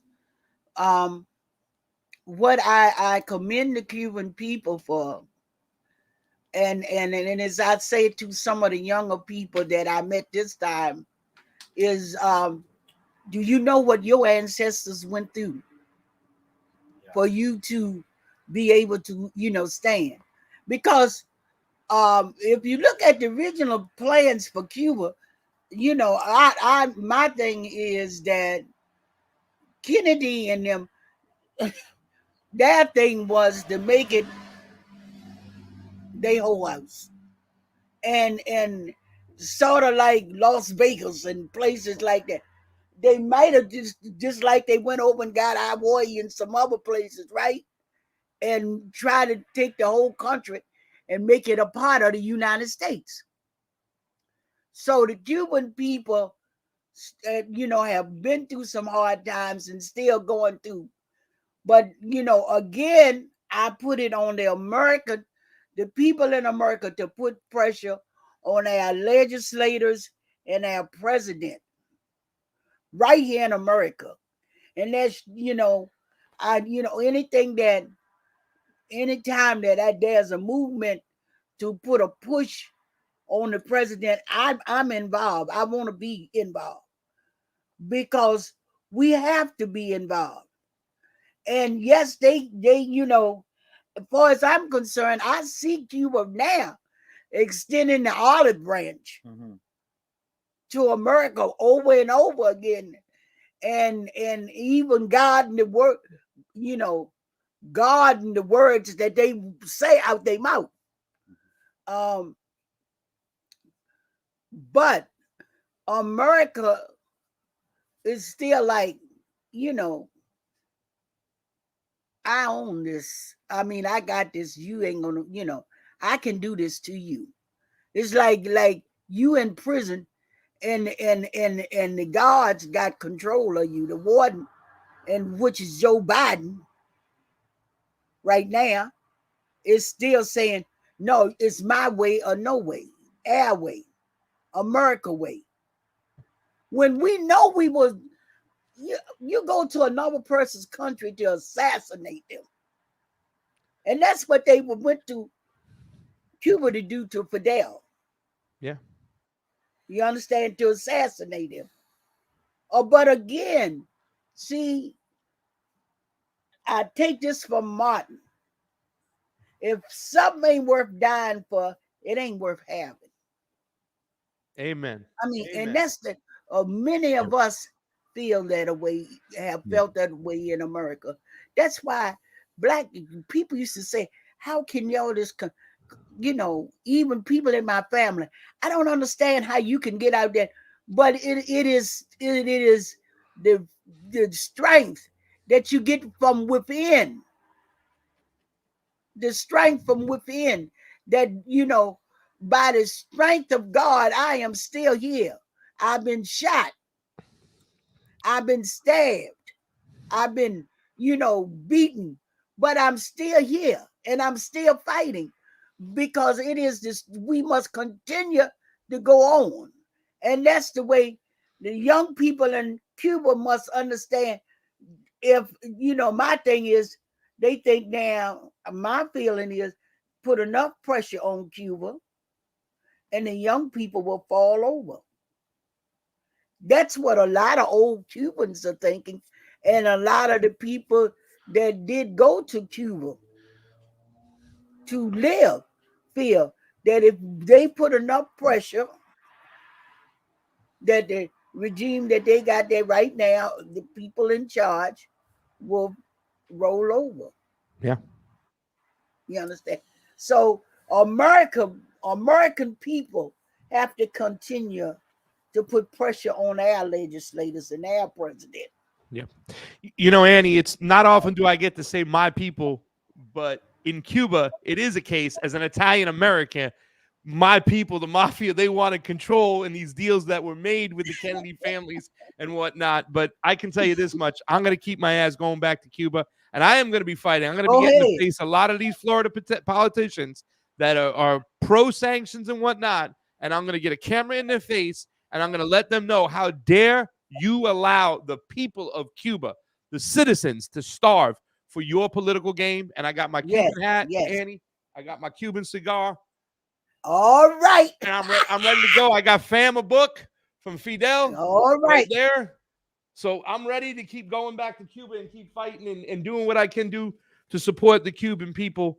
Ian, if you want to dive into what the new organization's about so we can do what we came here to do, and let us know how we can help and get involved with you and Reverend Annie Chambers and Reverend Annie and Ian. Expect to see me in Baltimore sometime soon. I'm going to jump in the car, drive up there. I want to help. I'm a cook, and I want to cook for some people out there. So if you can put me to work out there, I'd love to be involved. All right. All right. That sounds great. So starting a new nonprofit. So just to kind of backtrack a second, a lot of stuff that Reverend Chambers has talked about, that I've been hearing stories about for years now, has been with welfare rights. And welfare rights was an organization that fought very strongly for poor people, but also it kind of acknowledged the fact that, you know, we're all poor, we could all face poverty, and we could all do a hell of a lot Right. better in the current system. You know, when we're talking about welfare, people don't like that term, but you know, is our libraries welfare? They're free. Our, you know, our community colleges welfare. You know, what about we have universities that are like free universities? Would that be considered welfare? So, you know, the term doesn't, you know, that's not really a term we should be concerned with at this point. The point is that we all need to do better. We all need to do better. And I don't know if your audience knows this, but we've been doing, well, your audience probably knows this better than most. We've been doing food giveaways outside of Reverend Chambers' house since the lockdown started, since the food prices went up. The inflation crisis started here in Baltimore way before it started everywhere else. So we put together a program that allows us to keep doing the food giveaways that we've been doing, and also expand it into a network of other, you know, mutual aid providers and other service organizations. There, we could actually hold them to account. We could actually make sure they do the service that they claim to do. Right. In Baltimore, in particular, there's a lot of places like legally. Well, I don't want to mention any. I'm not going to mention any. I'm not going to mention any. There's a lot of places where you go that claim that they will help you with rental assistance. They'll claim to help you fight your landlord for an illegal eviction. They'll claim that they'll help you with this and that, and they're getting money from the state. They're getting money from the state. They're getting money from the city. Sometimes they even get federal money. So anyway, we've worked a nonprofit that kind of works on all three of these different things. It's called Open Community Network. The website is Open Community Network, opencommunity.network. Opencommunity.network is the website. And if you go to that website, you'll see we're continuing the program that we've already done for a couple years now. That's going to be our first program. We're expanding the food program. So many people in Baltimore have come. Now other developments, other public housing projects are coming to the food giveaway that we do weekly now. Used to be every day. Used to be every weekday. Now it's weekly. Every Wednesday. Every Wednesday at 2:00. If you're in Baltimore, come on down and you get free food. And they're asking for food for their neighborhoods. Seniors, middle income neighborhoods, they're desperate. They're desperate for food. The prices are out of control. Seniors are on a fixed income. You had a nice middle class life. You're retiring as a senior. All of a sudden, the food prices are twice, 3 times, 4 times as high. What are you going to do? So we like to tell people that this food is for everyone. It's food. It expires. Hoarding food is the dumbest thing you could do. And we do it all the time here in America. You have to use it. Don't think of this as some kind of program just for the poor. It's not. And you know what? As Americans, all of us are flip of a coin, one paycheck away from being poor ourselves, needing these services, needing to go to a soup kitchen. So that's one of the first things we're doing. So you check out the new website at opencommunity.network. And the first program we're doing is called We Stand Up for All. We Stand Up for All. We're renaming the food giveaway program We Stand Up for All. And anyone can come by. And if we don't have enough food for your community, we'll help you get networked into other communities. Let's get those links in the chats, guys. Jilly, if you can share that. What's the name of the link again, Ian? It's opencommunity.network. Opencommunity.network. All right, we'll make sure we share that. There we go. I just sent it to you in the chat there. It is a shame that we have all this situation going on. There's enough food in this whole place to feed everybody. There's enough housing to make sure everybody's housed. You know, and I know that when I argue with a lot of my friends who are so anti-communist and stuff, and they start pointing the finger, I'm like, listen, Cuba might have its problems, but like Reverend Annie told me, there's no homelessness there. I didn't see anybody sleeping in the streets, and I can go about 6 miles from my house right here in sunny Boca Raton, and there's a hell of a lot of homeless people, and it's just growing every single day. It is a shame. Fam, you got anything else left for the Reverend Ian? Just love you guys. Thank you for coming on and educating us. And I hope to be in Cuba with pasta as well, because I've been ready to go there. And I recently visited the Fidel Monument here in Moscow, because I'm in Moscow right now. And that was really cool, seeing the solidarity between Russia, even to this day, even though Russia is no longer the Soviet Union.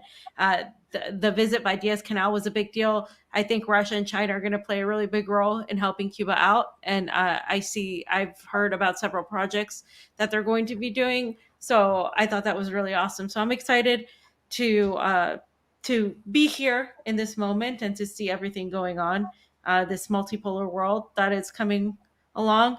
And I thank all of you for being in the United States and the belly of the beast right now when things are getting really tough. So thank you for coming and sharing that with us today. And Reverend Annie and Ian, I got to talk to you guys off camera about what I want to do in Cuba and stuff, because it is just a short All flight right. away. And I got some Yep. ideas and some stuff that we can, the best thing I did, the most rewarding thing I did. And there was times that, I was a little emotionally taken back about certain things and feeling somewhat responsible because it's my government that has the boot on the neck, right? But we all know I'm not involved with any of the decisions and whatnot. But, Right. But still, you're like, well, that might not be my fault, but what is my responsibility? So I've thought about a few things to do, and I'd love to share them with you. And I just want to let you all know that I went to Cuba before. All right. So y'all know that, Reverend Annie, that I went there. Gringo and all, baby, down there. Did you get to see the dancing? The which one? Did you get to see they dances? Oh, I Did you do danced. anything? I He danced with danced. a lady on the floor, and Fiorella had to admit that I was the best white boy dancer that she's ever witnessed. But I'm Italian. 90%. I said the 90%. Whatever. That's I what I moved said. my hips very well. Everybody agreed and stuff. But You know got what to I send have the for video breakfast to every Reverend morning? Andy. Oh, Yeah. What's? Yeah, I used to go there just to dance. Oh man, I get to stopped at the Cuba, Buena they Vista said- Social Club. They used to make sure I was there to dance. I could turn the floor up. Yeah. You know what I did too, Reverend Annie? I brought 18 baseballs with me, and I handed them out to the kids.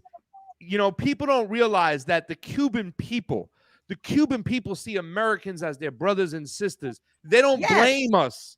They love Nope. us. They were the nicest people out of the 6 Latin American countries I went to, period. I mean, the nastiest being the Peruvians on the Lima ones on the plane. But the nicest, just kidding, fam.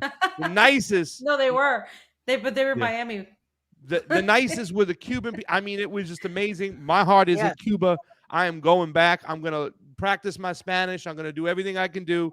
And I'm going to get in the faces of these politicians right here in Florida. And I'm going to ask them, what is your end game? And are you okay with trying to starve out the people of Cuba? And you better be careful, because they've shown how resilient they've been in the past. They ain't going to play it again. So that will That's be my right. question to them. Reverend Annie and Ian, we love you. Please come back on and hang out with us again. Anytime. Okay, love Thank you. you. Thank you both. Anytime. Bye. Bye-bye. Bye-bye.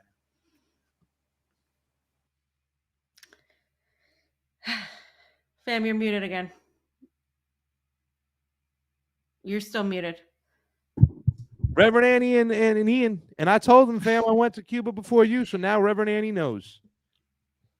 Yeah. The gringo went first. You did go first. I mean, that was, you went through me making it possible Hoo-ah! by bringing you out for the first time. Guys, Pasta didn't even have a passport until 2 years 2020. ago. Yeah. Years ago. So 2 years there you go. plus. It's never too late to start another dream, or whatever the saying is, dream another dream, or whatever the hell the saying is.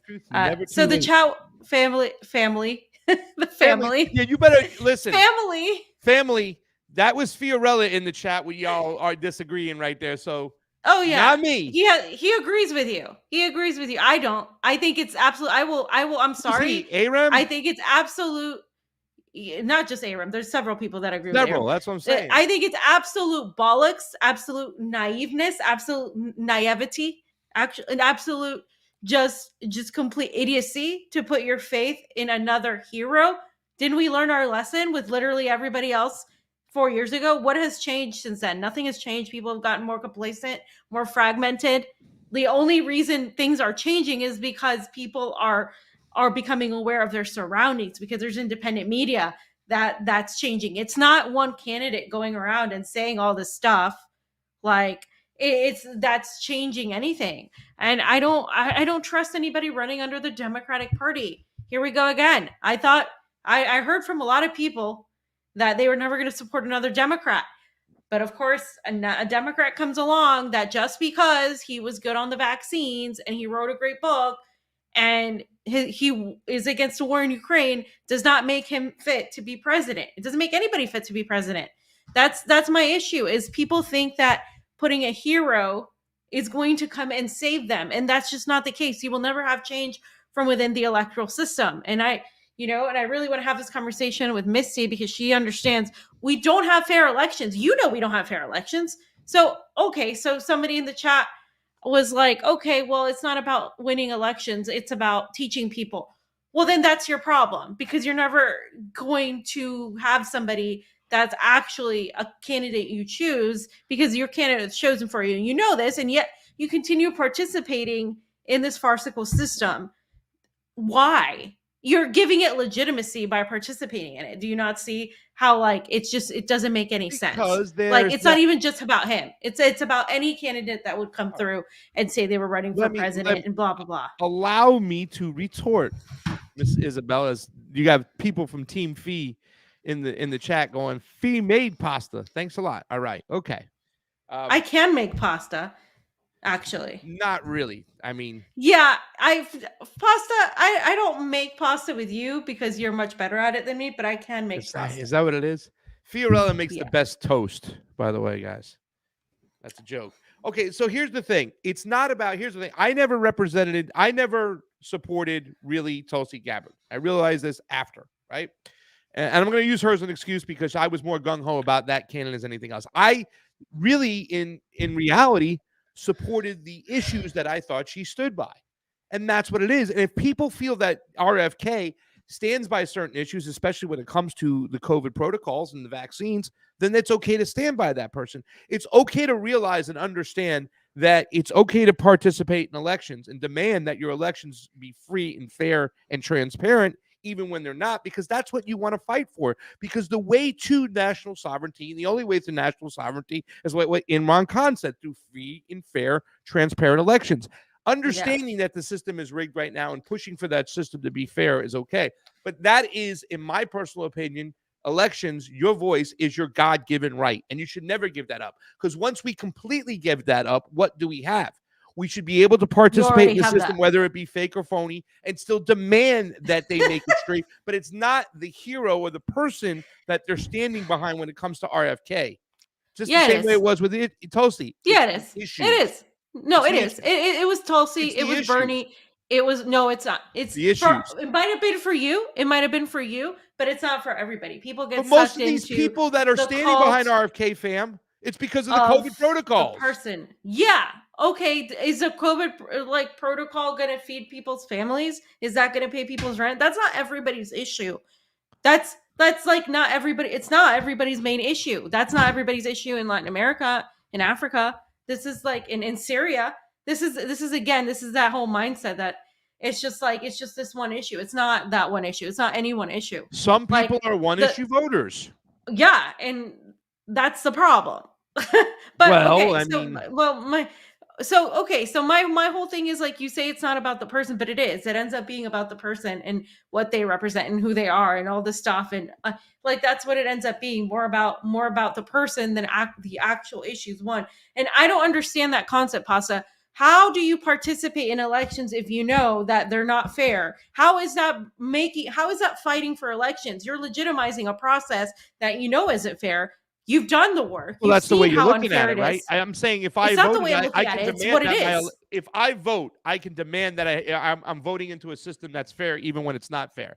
If I don't vote, then I allow them to take away my voice. I allow them to take away. They take away your voice anyway. They're taking away your voice anyway, and you're not. Yeah, but then I have more of a right to fight for it because I'm participating in that system to demand election integrity. No, you're participating in that system, and then they're going to tell you that the elections were fair and everything was great, and you're going to keep participating.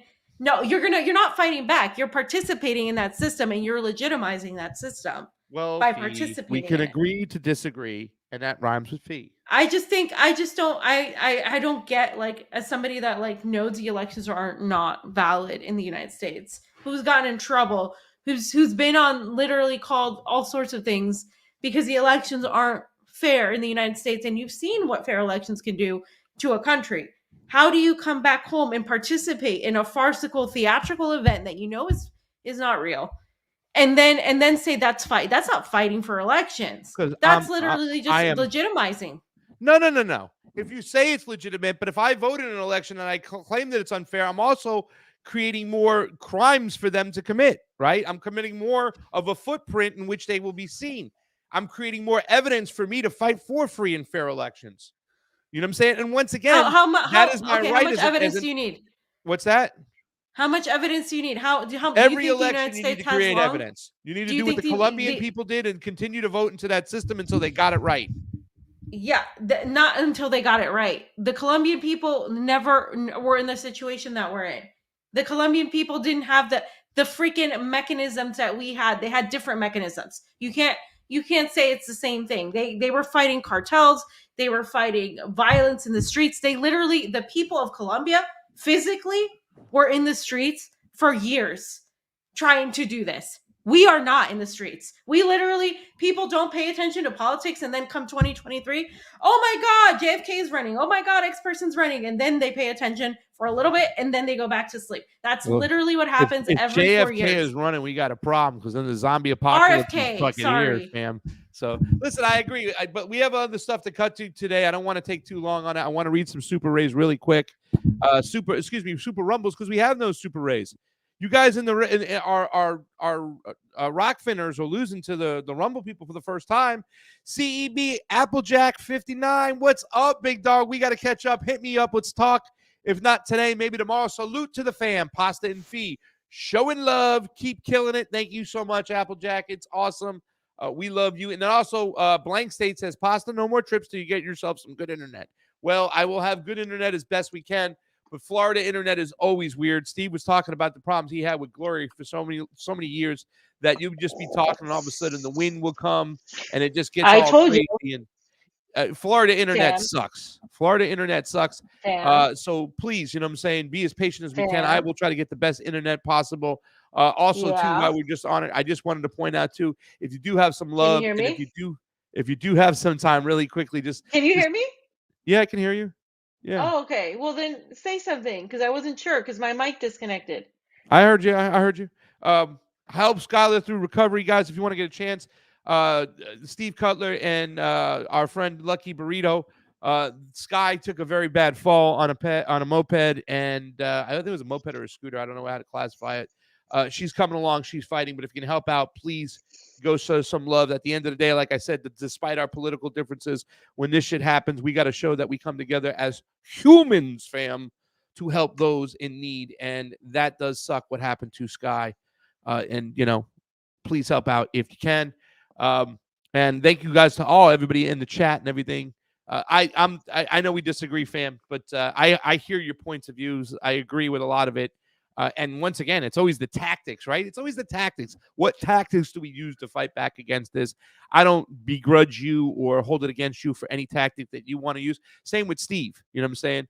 Steve's just got a shittier attitude to making people feel about using those tactics than you do.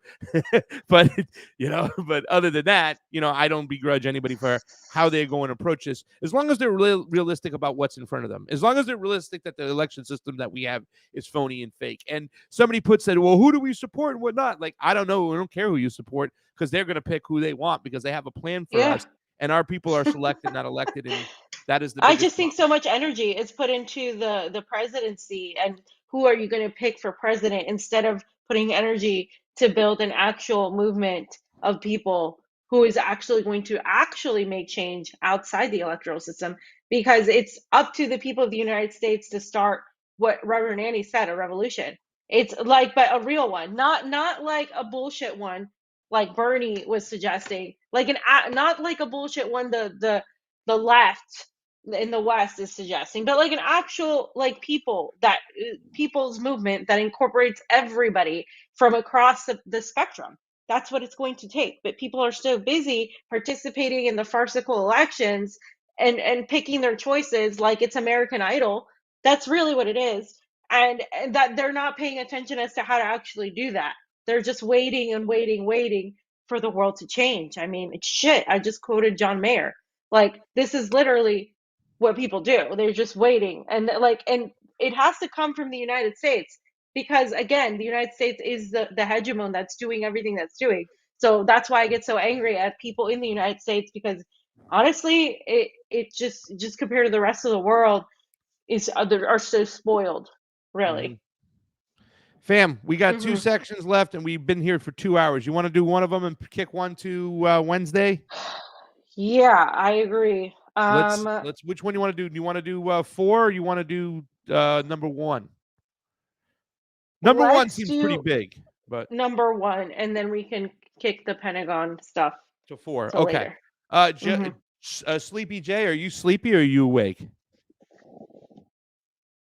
Sleepy. I'm here. Rub He's those praying. coals out I'm the here. eyes, Sleepy J. He's omniscient.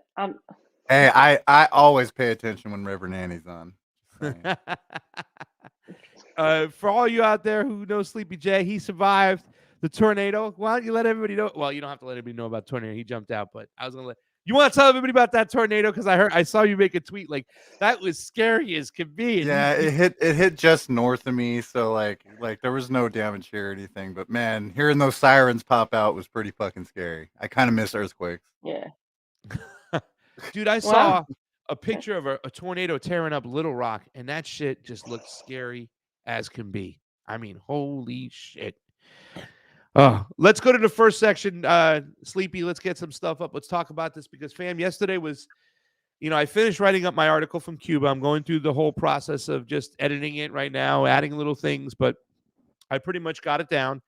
And I was feeling very sad because, here we are in Easter, and there's food on the table, and a lot of people don't have that food in Cuba. A lot of people don't have that food in the United States. And then seeing the people's behavior, I told you on Facebook, which I had to correct them, some of them, and just saying, just terrible, just awful. I came home though, and I throw on the computer and look at this. Look at this right here. Josh, if you can make that as big as possible, that'd be great, or bigger. We can look at this. So antiwaragain.com, right? Saudi delegation arrives in Yemen for talks with Houthis on ending the war, fam. This was the good news I was waiting to hear. I'm not saying it's said and done yet now, but this is closest we've been to quite some time. As we know, the Chinese, who, do we still want to go with this whole freaking craziness, fam, where people try to put China and Russia on the same level as the United States as far as their foreign policy and as the empire? The Chinese, who've been where you could be critical of them, and even Carl Zoss said this when I did the interview with him, and if you haven't got a chance to go watch that interview, it's on all our platforms, Rockfin Premium, Rumble for free, YouTube for free. The Chinese seem to be playing a part with the Saudis at one point because they knew they had to pry them away from the United States.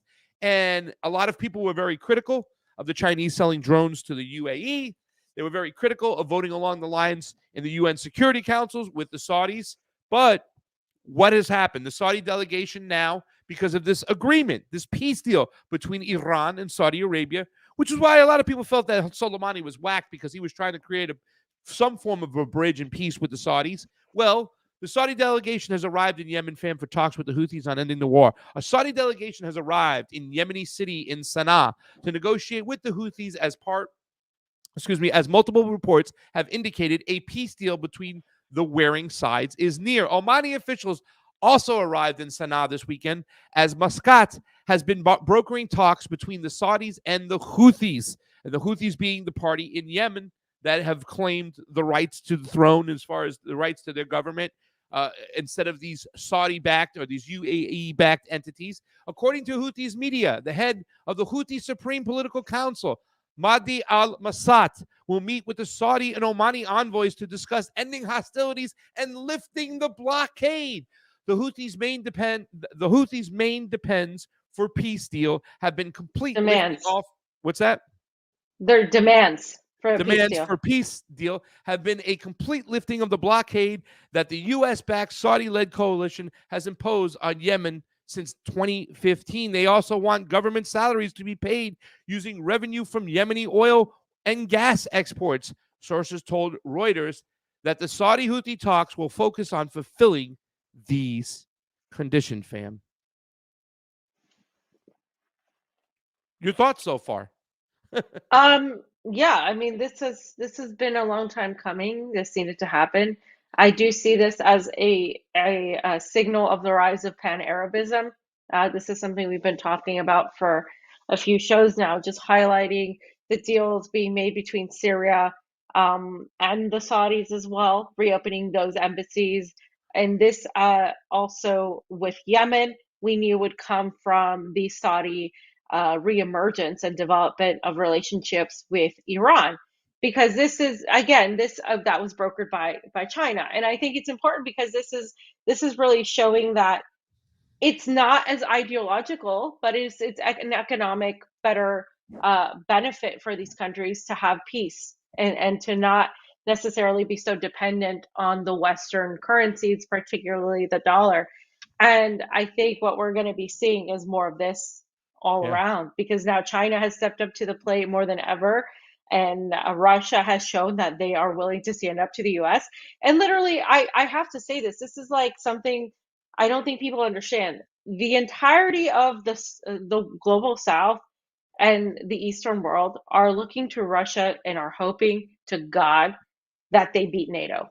That's really what's happening. You in the West, I'm not saying all of you, I'm saying people in the West may not see it for that. They may think this is just, oh, the Russians just protecting their resources and blah, blah, blah. And to some extent, I mean, obviously every country is going to protect their resources, but it's more so for Russia, as I said, and for NATO both. They're fighting for the existence of Russia on the Russia side, for NATO on NATO's side. NATO's whole end goal is to destroy Russia, break it up into little parts, and take over. That's Yeah. that's the point of what it's been doing the last few years. So the conflict that was supposed to be, Russia, Ukraine, blah blah blah, which it was never about that. It was about Russia, and they thought it was so easily they would have, everybody's backing. The West did, the United States. This conflict has gone so much bigger and so much more symbolic for a lot of people, that it's kind of just like other people are like, have seen Russia do this, and they're like, oh, you know what, let's see what we can do with these people, with China, with Russia, with all of that. And this is why you see a lot of Putin signs, right? And I'm not saying people in these countries should or shouldn't have Putin signs or say Russia, come help us, and all of that, because that's I do think, like, they can choose whatever the hell they want to choose, but I do see it as people having some sort of hope that the West will finally fall in some ways. And it's not against the American people, but really it's the damage our government has done. So I see this extremely positive. I see this um, far more advancement than anything Bernie Sanders or anybody got done in Congress. This is exactly what I mean. Like, it either it's going to take some sort of like external, like, other country to come and make change for us in our country, which I think will be really hard, or it's going to take us coming to make change from within in some sort of way. And I think, the we're seeing the rest of the world do this. The rest of the world take arms, and the rest of the world go to the streets and demand change. But the reason we're not doing it is because we're so stuck in this whole electoral path that is just not, it's a dead end. And I'm really happy for the people of Yemen. This isn't like, okay, the war ends, that's it. Like, it's a process. I want to reiterate that it's a process. So, fam, you were talking about Russia. What's the other country? China. Who? China. Thank you. Can you do it better, please? It's one more time. China. Thank you. China. Take a look at these pictures, fam. This is big. Man, this really did. Josh, you can throw this up, Sleepy. This really did make me like brighten my day. The Houthis are finally being recognized over here. You can see they've arrived. They are starting talks. It's wow. It's just it really does. I'm very happy about this. I think I know a lot of people want to kind of say that, fam and pasta, just a bunch of Chinese loving, Danny Haifeng rooting, Putin loving people and stuff, like, I'm saying. It's like, no, I want peace. I've always said that when it came to the situation in Ukraine, that the quickest way to peace was through a Russian victory. I firmly believe that then. I firmly believe that now. So that's why I did want Russia to end this war and win and have a victory there in the Ukraine. It wasn't because I am Team Vladimir Putin. I don't work for that network or anybody else, or even if Eve does, who does work for that network, she's still the same. It's not like she's being told what she can and cannot say. So it is Don't say that. ridiculous. What's that? Sorry, I was talking to my handler over here. Okay. Oh, never mind. Oh, sorry, we're live. Oh, Anyways, that is sleep. You can start to go through these things. We'll get to the next one as well.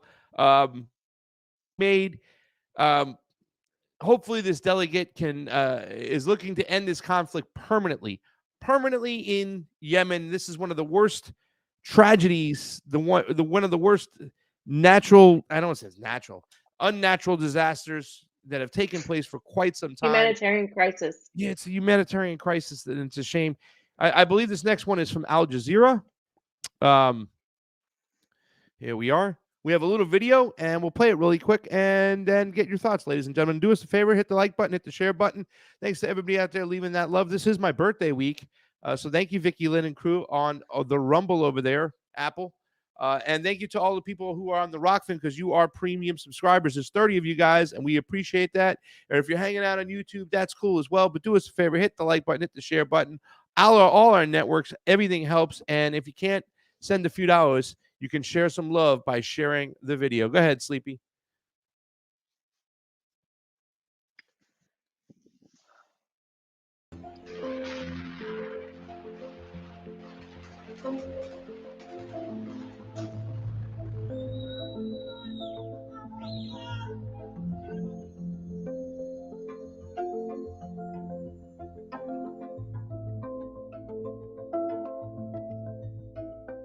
مطالبنا العادلة هي وقف العدوان بشكل كامل، رفع الحصار بشكل كامل وتام، صرف مرتبات جميع الموظفين اليمنيين من استحقاقات إيرادات النفط والغاز لكل الموظفين اليمنيين، كذلك خروج القوات الأجنبية من اليمن، التعويض وإعادة الإعمار.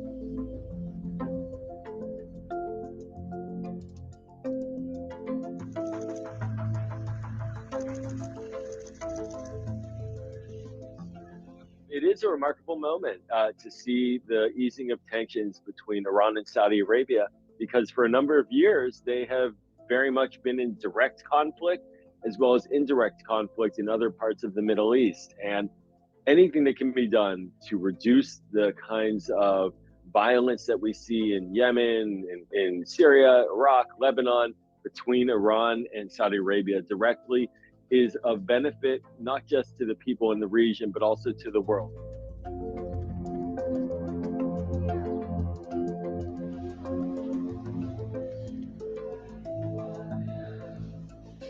الاتفاق ما بين إيران والسعودية مأملين فيها الخير، وإن الشعب العربي يعيش في سلام. والله العظيم تعبت الشعوب العربية في لبنان وفي سوريا وفي اليمن، تعبنا من الحروب، نريد السلام.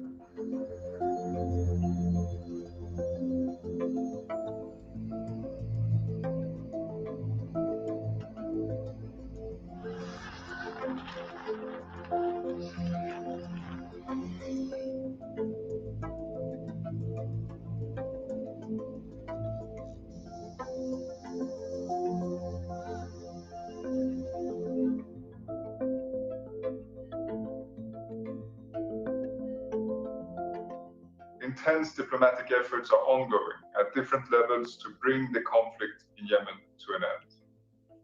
We are currently witnessing renewed regional diplomatic momentum, as well as a step change in the scope and depth of the discussions.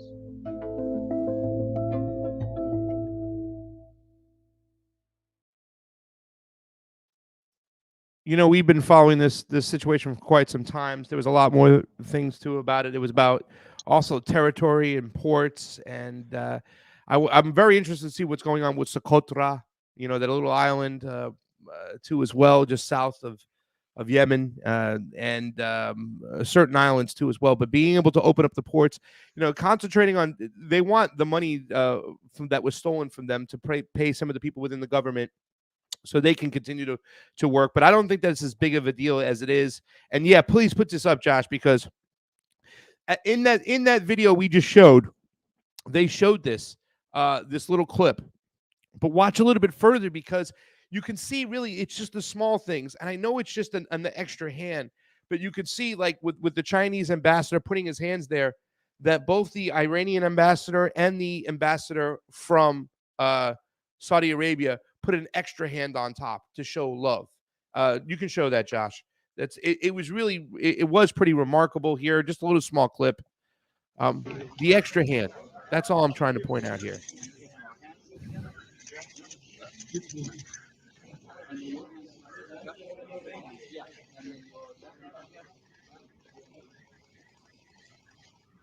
Thank you. It's like they recognized, each other, and they to give the extra hand to put it on top. You know what I'm saying? Those are people who want peace. I saw a Peter Lavelle episode on Crosstalk with. Did yours already air? No, I didn't film this Thursday because I had an immediate emergency, not emergency, but an unexpected holiday. I'm supposed to hear back to go on this Thursday, so I'm waiting to hear back from them. I will be on Misty Winston tonight too, as well, guys. I had to take off. I had a funeral on Wednesday. I unexpectedly lost my aunt. My mom lost her younger sister, so we had to take off on Wednesday. So a little monkey wrench on things. But I'm going to be back on Misty Winston's tonight, late night, 11 o'clock Eastern, 8 o'clock Pacific. If you guys want to check that out, that's going to be fun. But on that Crosstalk episode that I was talking about, Peter had on a representative, a diplomat from Saudi, and Mohammed Morandi, and it was really nasty. And you could see the hate the Saudi had towards Mohammed Morandi. Why are we listening to him? He's nothing more than a Persian. Like he was that. It got really nasty. It got really out of hand. So when I saw that extra hand go on top, it was like, yeah, enough. We want peace here. We don't want to fight anymore. I mean, there's still a lot of things that have to play out, fam. I'm very, very curious if Donald Trump is chosen to get back into office. What's the end game going to be? Because a lot of these things happened under MBS, Mohammed bin Salman, right? The new leader who was not the heir to the throne. It looked like he did get some help in doing what he was. He did get the granting of the Kushners in the Trump administration. And a lot of people thought that when Biden got back in, he might coup that government and put in Mohammed bin Nayef, who was the proper heir to the throne, had Langley connections up the yin yang. So it's very interesting to see what happens right now. But this is some really good stuff, fam. This really, on a shitty day, it was Easter, and I had a great time with my nephew. But a lot of the shit around me, it was a little doom and gloom. This really, really lifted my spirits. And also the fact that the Chinese came in and broke into steel. Fam, guess who said he was going to end the war in his inaugural speech, and it never happened? You know the thing. You know the thing, fam. You know the thing. Well, I happened to bring a clip, fam. All men and women created by go. You know the thing. All men and women created is back.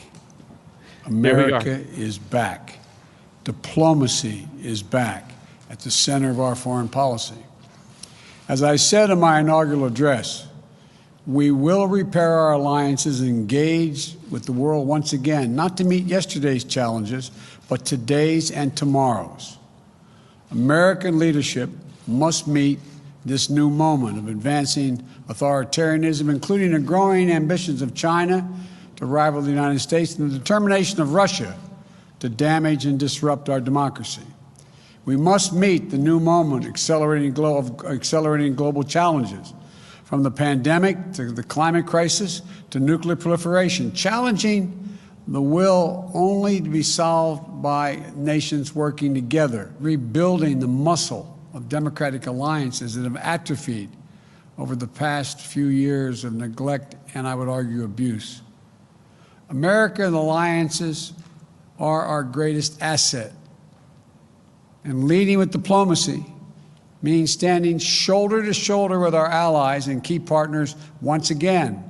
Today, I'm announcing additional steps to course correct our foreign policy and better unite our democratic values with our diplomatic leadership. To begin, Defense Secretary Austin will be leading a global posture review of our forces so that our military footprint is appropriately aligned with our foreign policy and national security priorities. And while this review is taking place, we'll be stopping any planned troop withdrawals from Germany. We're also stepping up our diplomacy to end the war in Yemen, a war which has created a humanitarian and strategic catastrophe. And Yeah, obviously, but then when yeah, go ahead, fam. I was just gonna say when it was time to actually vote on it, he backed off, or he stopped supporting Bernie, and Bernie backed off, and that was that. So Yeah, they couldn't get the yeah, resolution on the floor. And Josh, you got the next article up there. Uh, it shows you, right? You know, he talks a good talk, Mr. Biden, but he never walked a good walk. And very simply, and you can throw that up. The U.S. approves massive arms sale to Saudi Arabia, United Arab Emirates to counter Iran. So, in other words, like they said, it looked at as a proxy war between Iran and Saudi Arabia. He armed them even more to the T, and this was last year. You know what I'm saying? So it wasn't for real. He yep, was never really going to try to end the war. In fact, he nope, threw more fuel on the fire, and he sent over all types of toys and more weaponry to be used against the Houthis, and never lifted the blockade. It took the Chinese, fam, to come in and make the change. Just something yep. food for thought. And I do have this last clip on. We can go to Mohammed Morandi and Mehdi Hassan, right? So, fam, and this is just, and I think I saw you do something. You put a tweet up about Mehdi Hassan. This is the same tactic they always Yeah. use. They try. This is like So pure gaslighting over here. But go ahead. When you get a chance, Sleepy, put it up. Go ahead, fam. I just want to say real quick before we play it, Saeed Mohammed Marandi, I've interviewed several times on RT, and he has really good insight as to what is actually going on um, in these regions. And just to be discredited for working for media when Mehdi works for literally MSNBC has the most spooks, I think, second is CNN. Between the two, they have the most spooks. You see Jen Psaki have her little show on there where she gets to spew the same State Department talking points she was spewing before, probably with higher pay and a makeup artist and a better wardrobe, but she gets to spew them. And so to be Mehdi Hassan, who some idiots still buy that he's some sort of progressive, and I guess he is on brand with those progressives. It's just really disgusting. And I mean, we go through it every day, any one of us that has a state affiliated media, but it's really nice actually for once just seeing the BBC, seeing NPR. I mean, it's cute, it's not enough. Corporate media should have its own little brand because they're not independent and they're not free. We get accused of a lot of things, but ultimately it's a platform that does far better news coverage, far more neutral, or not even neutral, but far more authentic. And we all have our issues where we fight all the time in the newsroom.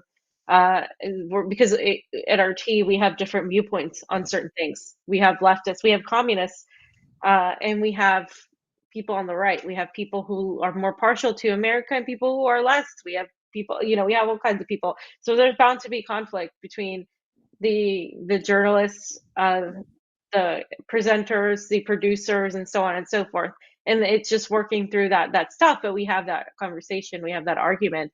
And ultimately, if I don't want to say something, I'm not comfortable saying it. I've gone up and I said I don't want to say this, and that's especially happened with the way we've been covering Israel and Palestine, where it's been it's extremely, I interview an Israeli guy, which for me is like difficult.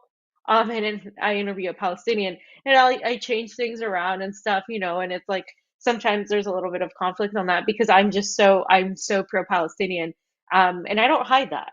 Everybody knows that, and there are people that are not, and so it's been quite difficult to even hear from people that say, oh, you know, I'm a Putin affiliated, I only say what I want, or what I'm told that I can say. It's entirely false. It's entirely false. But I'm also not on there to be an activist. And I think that there's a difference in that, right? Like when I'm doing this show, I can more plainly talk about how I'm feeling. When I'm doing my packages where I'm writing everything, I'm talking about how I'm feeling. There's a little bit of a difference there. But when I'm doing something where I'm reporting what's going on, I can't go around and insult people like I want to, because that's just not what I'm doing. You know, like it's just I'm doing two different things. So I think it's people who don't know what the hell they're talking about and spew off these accusations don't get that, because they have no idea what it's like. And that's on them to have this sort of ignorance. But I do plan on going. One of the places I do plan on going, Pasta, is to Palestine. I've made some connections with some people, and I really hope to go there as well on my own to continue doing like the independent journalism that we are used to doing. We have a good connection. We met at Kim's wedding too as well. That does delegations there, so we need to definitely do that, and Yeah. we have to put that on their list. And as always, thank you to everybody who always helps out and gets us on the ground to do these things. It's amazing. We're going back to Cuba. I'm going back to Cuba. Fam's going for the first time. But yeah, let's take a look at this Medi clip, and then we can get on out of here because we're running in 2.5 hours for today's show. A lot of people in the West who are condemning U.S. economic sanctions on Iran. They also do point out, though, that when Iran does have spare cash, when it does have millions of dollars to spend, it spends a lot of those dollars on proxy wars in Syria, in Yemen, in Lebanon, in Palestine. Why not use that money at home, they say, on your own people? Come on, let's be serious here. The United States invaded Afghanistan from across the world. They invaded Iraq. They and their allies spent tens of billions of dollars destroying Syria, supporting extremists. You know that as well as I. You know about the U.S. Defense Intelligence Agency document in 2012, and you had an interview with General Michael Flynn, who was the head of that. I'm not here to re-argue the Syrian war. I'm asking, why not spend that money at home when you're saying that you're being crippled by U.S. sanctions? When you do have money, you spend it on military support for the Assad regime or the Houthi rebels or whatever it is. You know that's nonsense. Iran spends money at home, and that's why Western countries have failed in the fight against the coronavirus, and we see the catastrophe taking place in the United States and Europe. And despite the sanctions, we've done much better. And we wouldn't have been in Syria. Across the world, but we would not have been in Syria. Iran and spends hundreds of dollars. Let me respond. Yes, let me respond. If Iran hadn't entered Syria in 2013, the black flags would have been over Damascus as we speak right now. In Iraq, if Iran wasn't there to defend Baghdad, the city would have collapsed in the face of the same ISIS that the United States and regional countries, which you know quite well, allowed them to rise. And then we would have to fight. And Mohammed Marandi, we've discussed these conflicts on the show many times before. I'm not here to re-argue Iraq or Syria, etc. I'm simply pointing out that, as you say, Iran is not a poor country. It does have funds, and it spends a lot of that money abroad. All I'm saying is, why not spend more of that money at home now you're in the middle of a crisis? No, Iran does spend money at home. But if Iran hadn't prevented the fall of these countries, if Iran hadn't helped these governments and these countries and the people of Syria and Iraq to defend themselves against these extremists, we'd be fighting these extremists in Iran, and we'd have to pay a much greater price a day just to create stability in this country. Okay. So actually, if you want Iran to spend more money on its own people, then stop intervening in countries like Iraq. Stop intervening and destroying Libya, Iraq, Syria, Afghanistan, Yemen.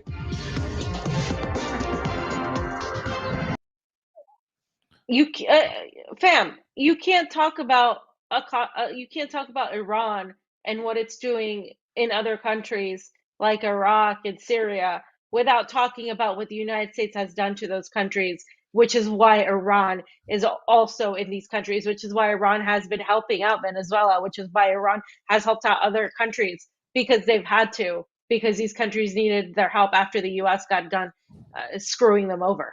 That's but but I'm not here to talk about rehash. No, it's all part of the same thing. It's not like these conflicts happen in a vacuum, you moron. These conflicts happen because of one entity, one hegemon that's gone in and intervened and destroyed countries and killed people. And these are the consequences that are being there. He gets to spew and pretend he's like some sort of, oh, I talk to people like him. Oh, I talk to everybody. I criticize Bush 20 years later. So look at me. Like, oh, get over yourself. Yeah. He's nothing Somebody but a had propagandist. somebody had mentioned that it's lazy journalism. It's not lazy. It's a tactic. It's a tactic to try to get away from what's actually happening by drawing this, Not just journalism making either. this just stupid, like irrelevant, just fictional conclusion. The fact is, well, when I spend money at home, you know what I'm saying? Like that.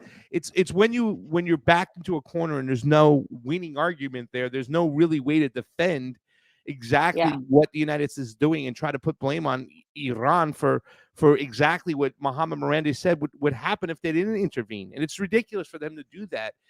It's not lazy. It's a tactic, but that's what you get. I mean, that's why he is on MSNBC, because he has carried water for the deep state, the United States foreign policy and whatnot. It was so stupid, and I had to rehash it and bring it on up and explain that's why Mehdi Hassan is where he's at, because he does those things.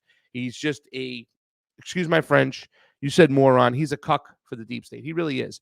But he gets paid. He's got a job, fam, and that's why he says the things he does say. And yeah.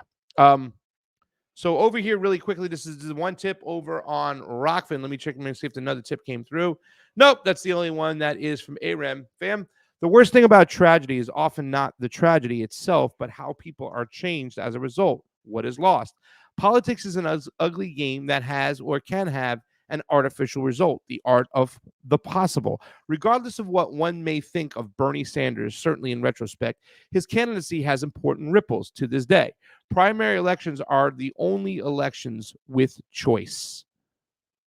We don't have fair elections, so we don't have a choice. I can't agree with that. We don't have fair elections. You're not choosing anybody. It's the illusion of choice. I'll give you that. It's the illusion of choice is what you have. That's it. And you guys can go and support whoever you want for the presidential election. You know, that's on everybody. I'm not going to tell people not to support somebody. I'm just telling you, I think the point is moot.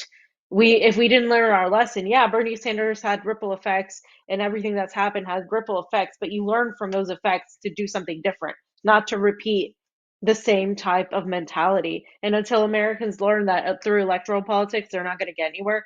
Like, you know, even through a teaching moment, you might think a candidacy might wake somebody up, but that's going to wake people up to a certain point. There's not enough time. With the way the economy is going, things are going to go down far too quickly for any sort of electoral change to happen, to be able to make some sort of thing. It's going to come from outside. And until people realize that, it's just going to continue. So that's why I don't even want to opt in it. Well, I think the worst effect of the situation with Bernie Sanders, he was able to sheep herd a lot of people into that Democratic Party, and that's does the good outweigh the bad? It's almost like the mask situation. Okay, well, the mask prevents people when they spit from it going in the air and whatnot. Yeah, but what about the negative effects? You know, now the communication skills from little children, the fact that you're breathing in your own fucking germs and you can get sick that way. You know, there's so many things. I think that the bad outweigh the good, and that is one of those things you have to take into effect when it came to Bernie Sanders. I mean, there were some people that we used to talk to, literally put up a post the other day, fam, on Instagram. The AOC is going to run for president in 2024, and they're all like, yeah, let's go. You know what I'm saying? It's like, dude, it's like. She can't. Yeah. Well, whether she could or not, whether she's old enough or not, she shouldn't. She has no movement. There is no populist appeal. There's only little people in your own echo chamber that's going to vote for her. And that's the problem with a lot of progressives nowadays, is that they're stuck in their own echo chamber. They're stuck in 2016. It's 2023, guys. Wake the hell up. You're just being divisive. It's not going to work. She's a puppet. She's a mouthpiece for the freaking deep state. She's pro-war. The only good fucking vote that I can remember having is voting against the Renaissance Act. Other than that, shit. She's for more censorship. She's for more. And you said it right. We came out of the Bernie Sanders movement, but how many people came out and went the complete opposite direction? Went towards the Democratic Party or went towards the Republican Party? Because there's some of that. It went towards one of the sides of the two sides of the same coin, the two wings of the same bird. How many people actually became more just duped because they were tired of fighting and they were just like, oh, well, I'm just going to give up. A lot of people, more people did. In fact, I can count on my hands how many of us are left that are still actually like understanding what's actually going on politically. And I don't say that gladly. I say that sadly because I wish it wasn't the case, but it didn't do anything. It's just I just don't think it's one person. I do think we're at a point where it's going to take more than one person. So that's that. Guys, thank you so much. All the love. Thank you so much, Aram guys. left a little bit more in the cookie jar. Help us out. Thank you so much, Aram. That means a lot to us. Yeah. Sleepy, how you been, brother? You got anything to say before we get on out of here? I mean, I always love listening to Reverend Annie, and I agree with Fee on most of this stuff. Sure you do. You. That means you disagree with me, Josh? I mean, I think you have some valid points too. Like thank you. But Thank I'm probably closer to Fee's understanding on electoral politics on this point. Like, I don't even want to vote anymore. I'm done. Like, I'm just kind of done with it. I don't want to put my time and energy on supporting any candidate at this point. Yeah. Oh my God! What a That's all I fucking got. nightmare! Really Yeah, that's is. where I'm at with it. That's really where it's at. So that's it, guys. Ladies and gentlemen, fam, are you back on the news desk soon, or when are you back over there? Why do you have to know? Okay, I'm a busy woman. Yeah, I'll be back soon. I'll be back Wednesday. Fam, So to let the people know where they can I'll let can people follow know you. You know when what I'm I saying? let the people know. Fam, I let the people know when I let the people know. Okay. All right, guys. As you can see, that's that. Listen, I'll be on Misty Winston's tonight. Check that out. Oh, TNT. please bring up the conversation about your belief in elections so I can hear Misty rip you apart. Yeah. Also, there is an event tomorrow in DC. What is it? It is an Oh, Assange Costa, thing. put it up. Yes, So it's the please, anniversary. It's if you're in yeah. DC, I know it's a tomorrow. Tuesday, but come out. Oh yeah, I by the believe way, it's at 4 to 6 Eastern. I don't remember the location offhand because I'm terrible Here, with that. But let me just get check it out really Sarcasm quickly. Stardust on Twitter. It'll Yes. have the location. Pasta, let me just get it really quickly. She has it on her Tuesday, tomorrow, April 11th from 4 to 6 p.m. Eastern in Washington, D.C. Department of Justice. The Department of Justice. We put it up last week, but yeah, we didn't put it up this week. But yeah, go. We went before and it was awesome when we went. Actually, I just put it in the doc. If you could just go to her Twitter, it's pretty much there. Yeah, guys, go. It's really important. You know, Reverend Annie mentioned Julian Assange, and I thought that was awesome that you mentioned him. A lot of people support him, and even here in Moscow, and he's got the support of journalists everywhere. He shouldn't be in prison. There's just, I mean, right now more than ever, we're seeing everything that's happening to journalism, and we're seeing people like Mehdi, who's a complete propagandist. Just completely say all these things and all these lies. So I really go if you can, if you're nearby, if you can, yeah. And fam, Well, we're gonna I have put to it in get the your. doc. I don't know if you'll. I need to get all your information so we can put this up here. It says help Pasta get back to Cuba. My Venmo's up there. My Cash App up there. Guys, guess what? It's also my birthday week. Hey, So also, if someone donates to you, make sure they do not put Cuba in the description. yes, they do will fuck with not your account. put Cuba in the description whatsoever.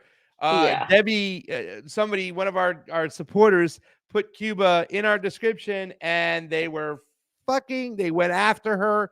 They asked her a bunch of questions. What's going on? They Oh had my sanctions. goodness. Don't put Palestine. Don't put Cuba in there. But if you guys do have a little love and you want to buy me a cocktail or anything like that, I'm not drinking vodka. I'm going to probably have a nice vino.